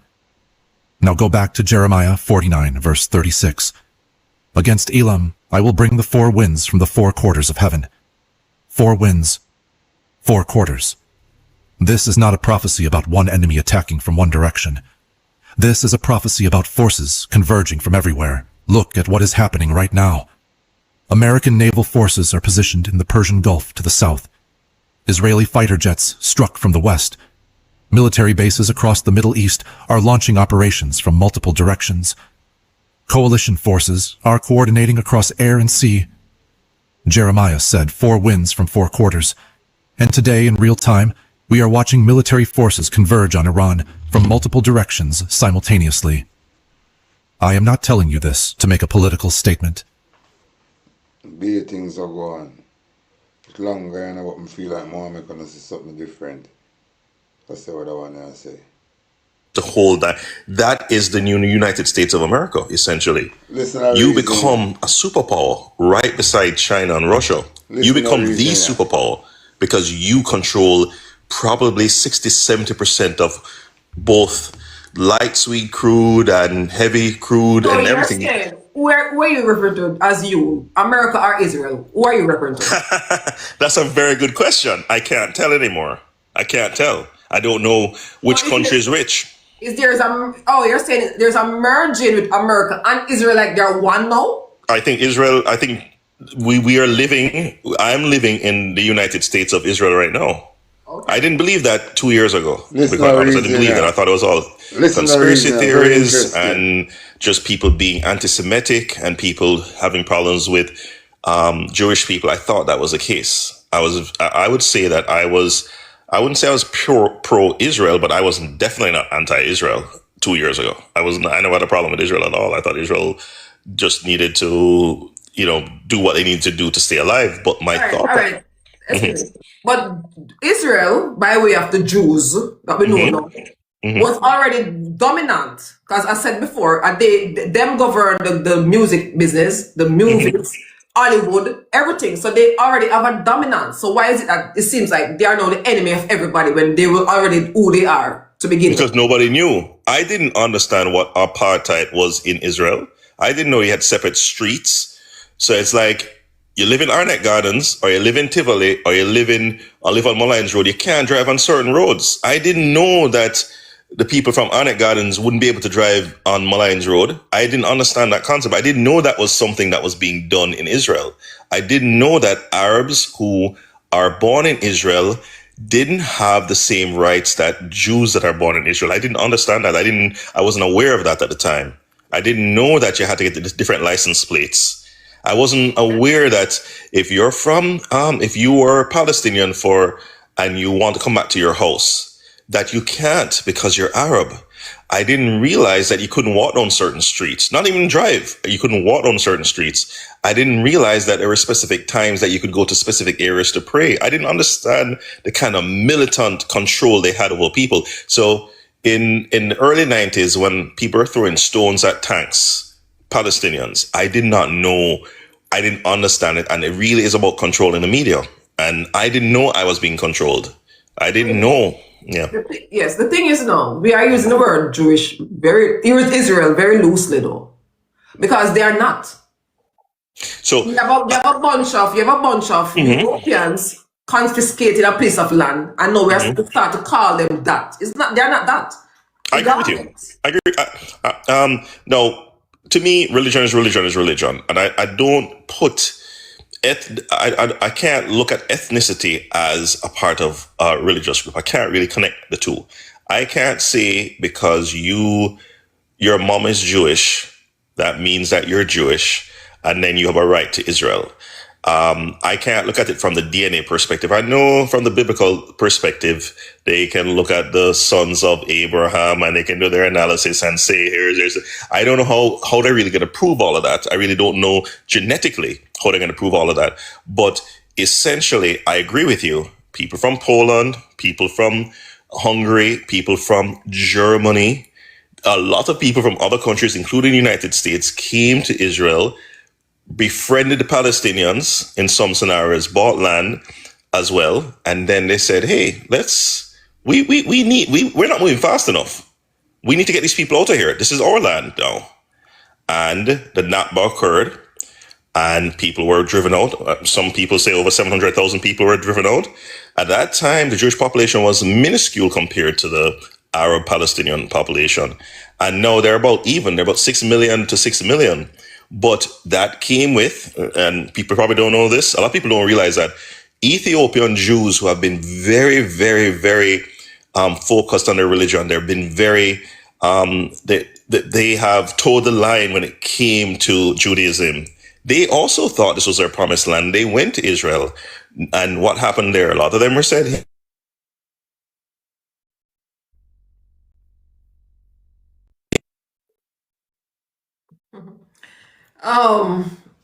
as a person on Did I screw up the live? Can you still hear me? yes, I'm hearing you, yes.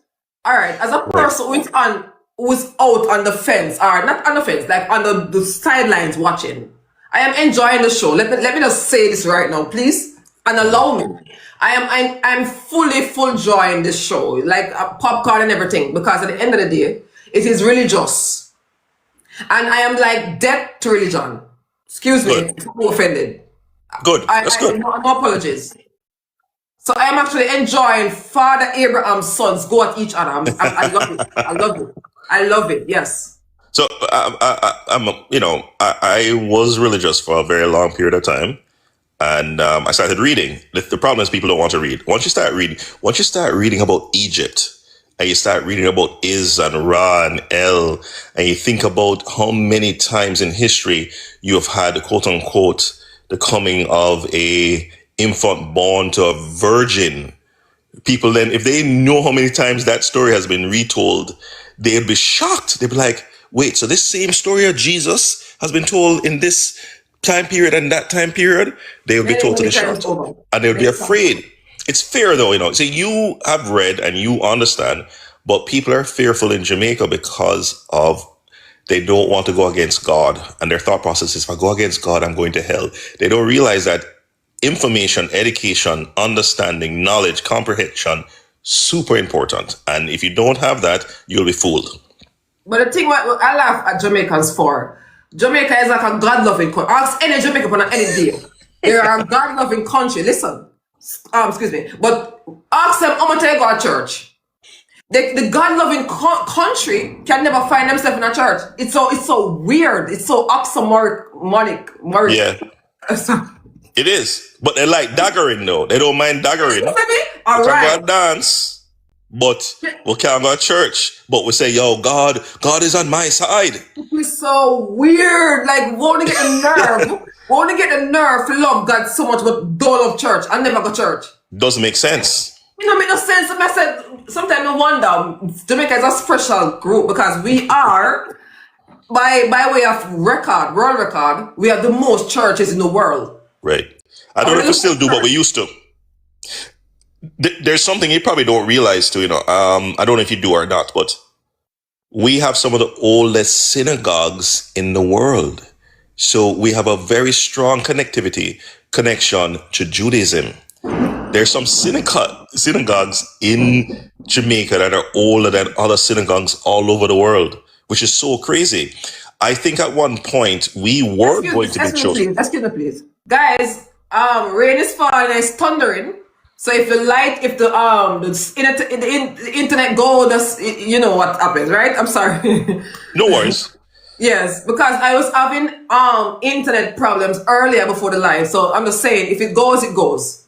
Right. It's as a result of the rain. Of course. Yes. So there's a lot of connectivity to religion in Jamaica, which, and part of it is really indoctrination through England, and that wanted to be proper, wanted to connect with religion and think that that's going to save you. Looking for that savior, because you think if you do this, no matter what you have done in the past, if you pray to God, everything, you could murder 10 people, but you pray to God, I still believe in God, everything is good.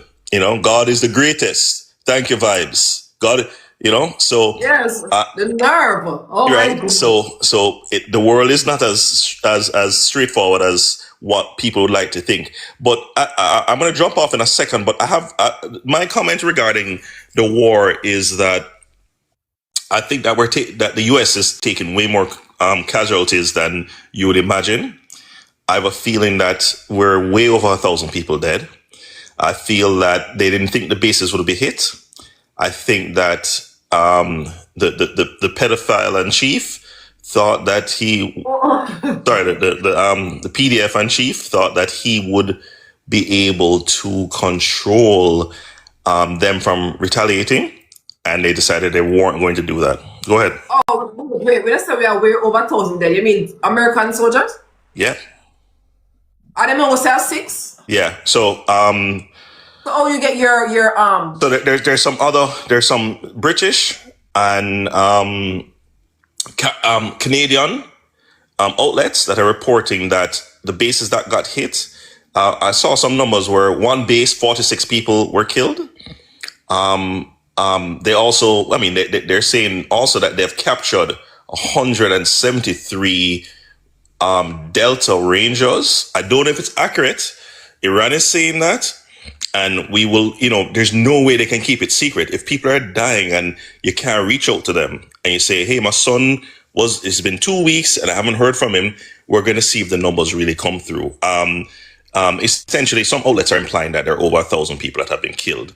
I think that, I mean, Iran, I'm sure it's way over 1,000 because they have no regard for life. And one more thing, the BBC reported this morning that the missile that hit the girls' school was a Tomahawk missile, which is produced by the United States.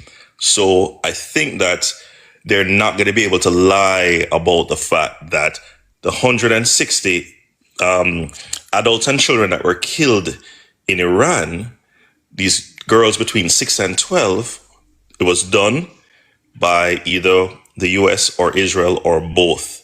So I think things are going to change and they can't hold on to it because somebody's mom is thinking about her son, and if her son doesn't reach out to her and she knows he reaches out to her every Tuesday, it's going to change everything. By the way, you think one more, the last question. You think we're actually in World War III right now? I don't think so. I think that let me tell you why I don't think it is that case. I think that I think Saudi, I think Qatar, I think all these other Middle Eastern states, they don't want to destroy their economies. I think they're going to stand down. I think that's going to put pressure on the US to be careful. I think the only rogue country that will try to keep pushing is Israel. I don't think Israel has the local infrastructure, they're a tiny country, to really manage Iran. I think that both China and Russia are helping Iran, but they do not want to get into a war. The concept of mutual destruction and something called the overkill factor with nuclear weapons is something that's a big deterrent. That's why North Korea is still alive. So Russia and China, especially China doesn't want to overturn the economy. China does very well, and they want to slow this thing down. They would love this to end, and they'd love Iran to rebuild. And the end game is this, and this is the only thing I could think could happen that could start a world war. If Israel thinks they're in the last leg because they think they can win the war, and if their nuclear plant in Dimon, Israel, is not destroyed, and if they still have tactical weapons, supersonic weapons that can reach Iran with nuclear warheads, and they hit Iran, it's going to cause nuclear fallout, and it's going to affect China and Russia and India and Pakistan. And if that happens, there will be hell to pay. But I don't know if they will. I think they'll try to figure out a way, and they will sanction the United States, because you are going to kill so many people if you launch a nuclear weapon. It's going, and it won't last 5 years. There will be places that people will not be able to live. In Iran, in Pakistan, maybe even nuclear reign in Israel. So it is a really, really, really dangerous thing, and Israel could feel that way. That's the only thing I could think could start a nuclear war. But listen, I love your show. Very serious things that happen. Anyway, here's some close it off, Big up on yourself, big up everybody who check in. I'm going to run back and merge them. I'm not going to see it. Run back and merge for the last time in that show here. Yeah. Jamaica, stop scrolling. Come close. Off with this. Jamaica, I want you to picture this. You rush your loved one to the hospital. The emergency room packed like sardine. People waiting, nurses running, and then someone tells you, there is no doctors available right now. Now ask yourself something, Jamaica. If that happened to you right now, will that be a healthcare decision or a geopolitical one? Because, Jamaica, something is already happening. Yes, at the St. Joseph Hospital, Jamaicans are already rushing the clinic. Yes, to see these Cuban doctors before they leave. You know what one woman said? She said, everybody I try get help before them leave. Let me say that again, Jamaica. The lady say, everybody I try get help before these doctors leave. People are running to the clinics before the doctors disappear. Jamaica, this is fear, real fear. So now let me give another facts. For nearly 50 years, since 1976, Jamaica worked with Cuba through medical cooperation. Half a century, Jamaica. And you see, during that time, more than 4,700 Cuban medical professionals served here in Jamaica. And they treated over 8 million patients, Jamaica. They performed more than 74,000 surgeries and saved over 90,000 lives. Let that sink in, Jamaica. 90,000. And now, all of a sudden, over 277 healthcare workers are leaving the system. Gone, Jamaica, just like that. But Jamaica, I want to remember something. You see, our healthcare system, it was already struggling. Yes, we have too many patients and not enough staff. And that problem, Jamaica, existed before anything changed. And to add hurt to injury, let me tell you something else. You see, our Jamaican doctors that Jamaica train every year, they migrate. They leave Jamaica to the United Kingdom, to United States, and to Canada. Yes, they leave. They leave for better pay, better equipment, and better working conditions. So Jamaica train these doctors, and the wealthier, bigger countries recruit them. Now let me throw some fuel upon the fire. Jamaica just got hit by a Category 5 hurricane. Yes, Jamaica. Communities are damaged. Hospitals are even under more pressure. More patients, more injuries. And that's when a healthcare system usually needs more help, not less, Jamaica. So now it leads me to ask a question where everybody asks, are you think about it? For years, the United States government has criticized the Cuban medical missions. Jamaica, that's not me or conspiracy. That's actually public record. So that leaves us, Jamaicans, to ask a simple question to the government. Is this truly about healthcare or is this about geopolitics? Because you see the person lying in the hospital bed that need help, they don't care about no diplomatic issues. You see the mother holding her sick child don't care about no international politics. Them only care about one thing, Jamaica. Is there a doctor? Is there a nurse? Can somebody help us? Healthcare, Jamaica, is not theory. Healthcare is survival. So when decisions affect a system that keeps people alive, Jamaica. We have the right to be asking these questions. So Jamaica, let's look at what's already happening. Patients rushing to clinics. People are afraid they won't get treated. Doctors are leaving. Day to the R&S. Dummy on the beat, so it's a bang. Oh, them so thief. Oh, them so thief. Oh, them so thief. Oh, them so thief. Oh, them so thief. Oh, them so thief. Tough turn a thief, bombas a thief. Juliet a thief, Rhoda a thief. Fly Green a thief, Desmond a thief. Babsy a thief, Harishang a thief. Whole ministry in the party a thief. 1 PM make us a blood clot thief. Pay corruption, all police and soldier thief. Jamaica something wrong. Millions and billions, the whole of them a thief. Now them want raise tax, make the Highland grieve. When the boy long and poor man get the squeeze, we a march to a king's house and back on the street. 80 million per market me. Then I saw home girl, look up pussy sweet. No bed no in at the hospital. On the concrete, me see the patient. Them asleep, them a chop right, them a chop left. 1.4 beef for the bus. Barrel, remember you try thief. Put barrel, kill Diana, stuff sharp man in a barrel. Melissa money come Jamaica pussy will service, so no take and give them. Who no know we nah no us, we nah no us. Tough turn a thief, bombas a thief. Juliet a thief, Rhoda a thief. Fly Green a thief, Desmond a thief. Babsy a thief, Harishang a thief.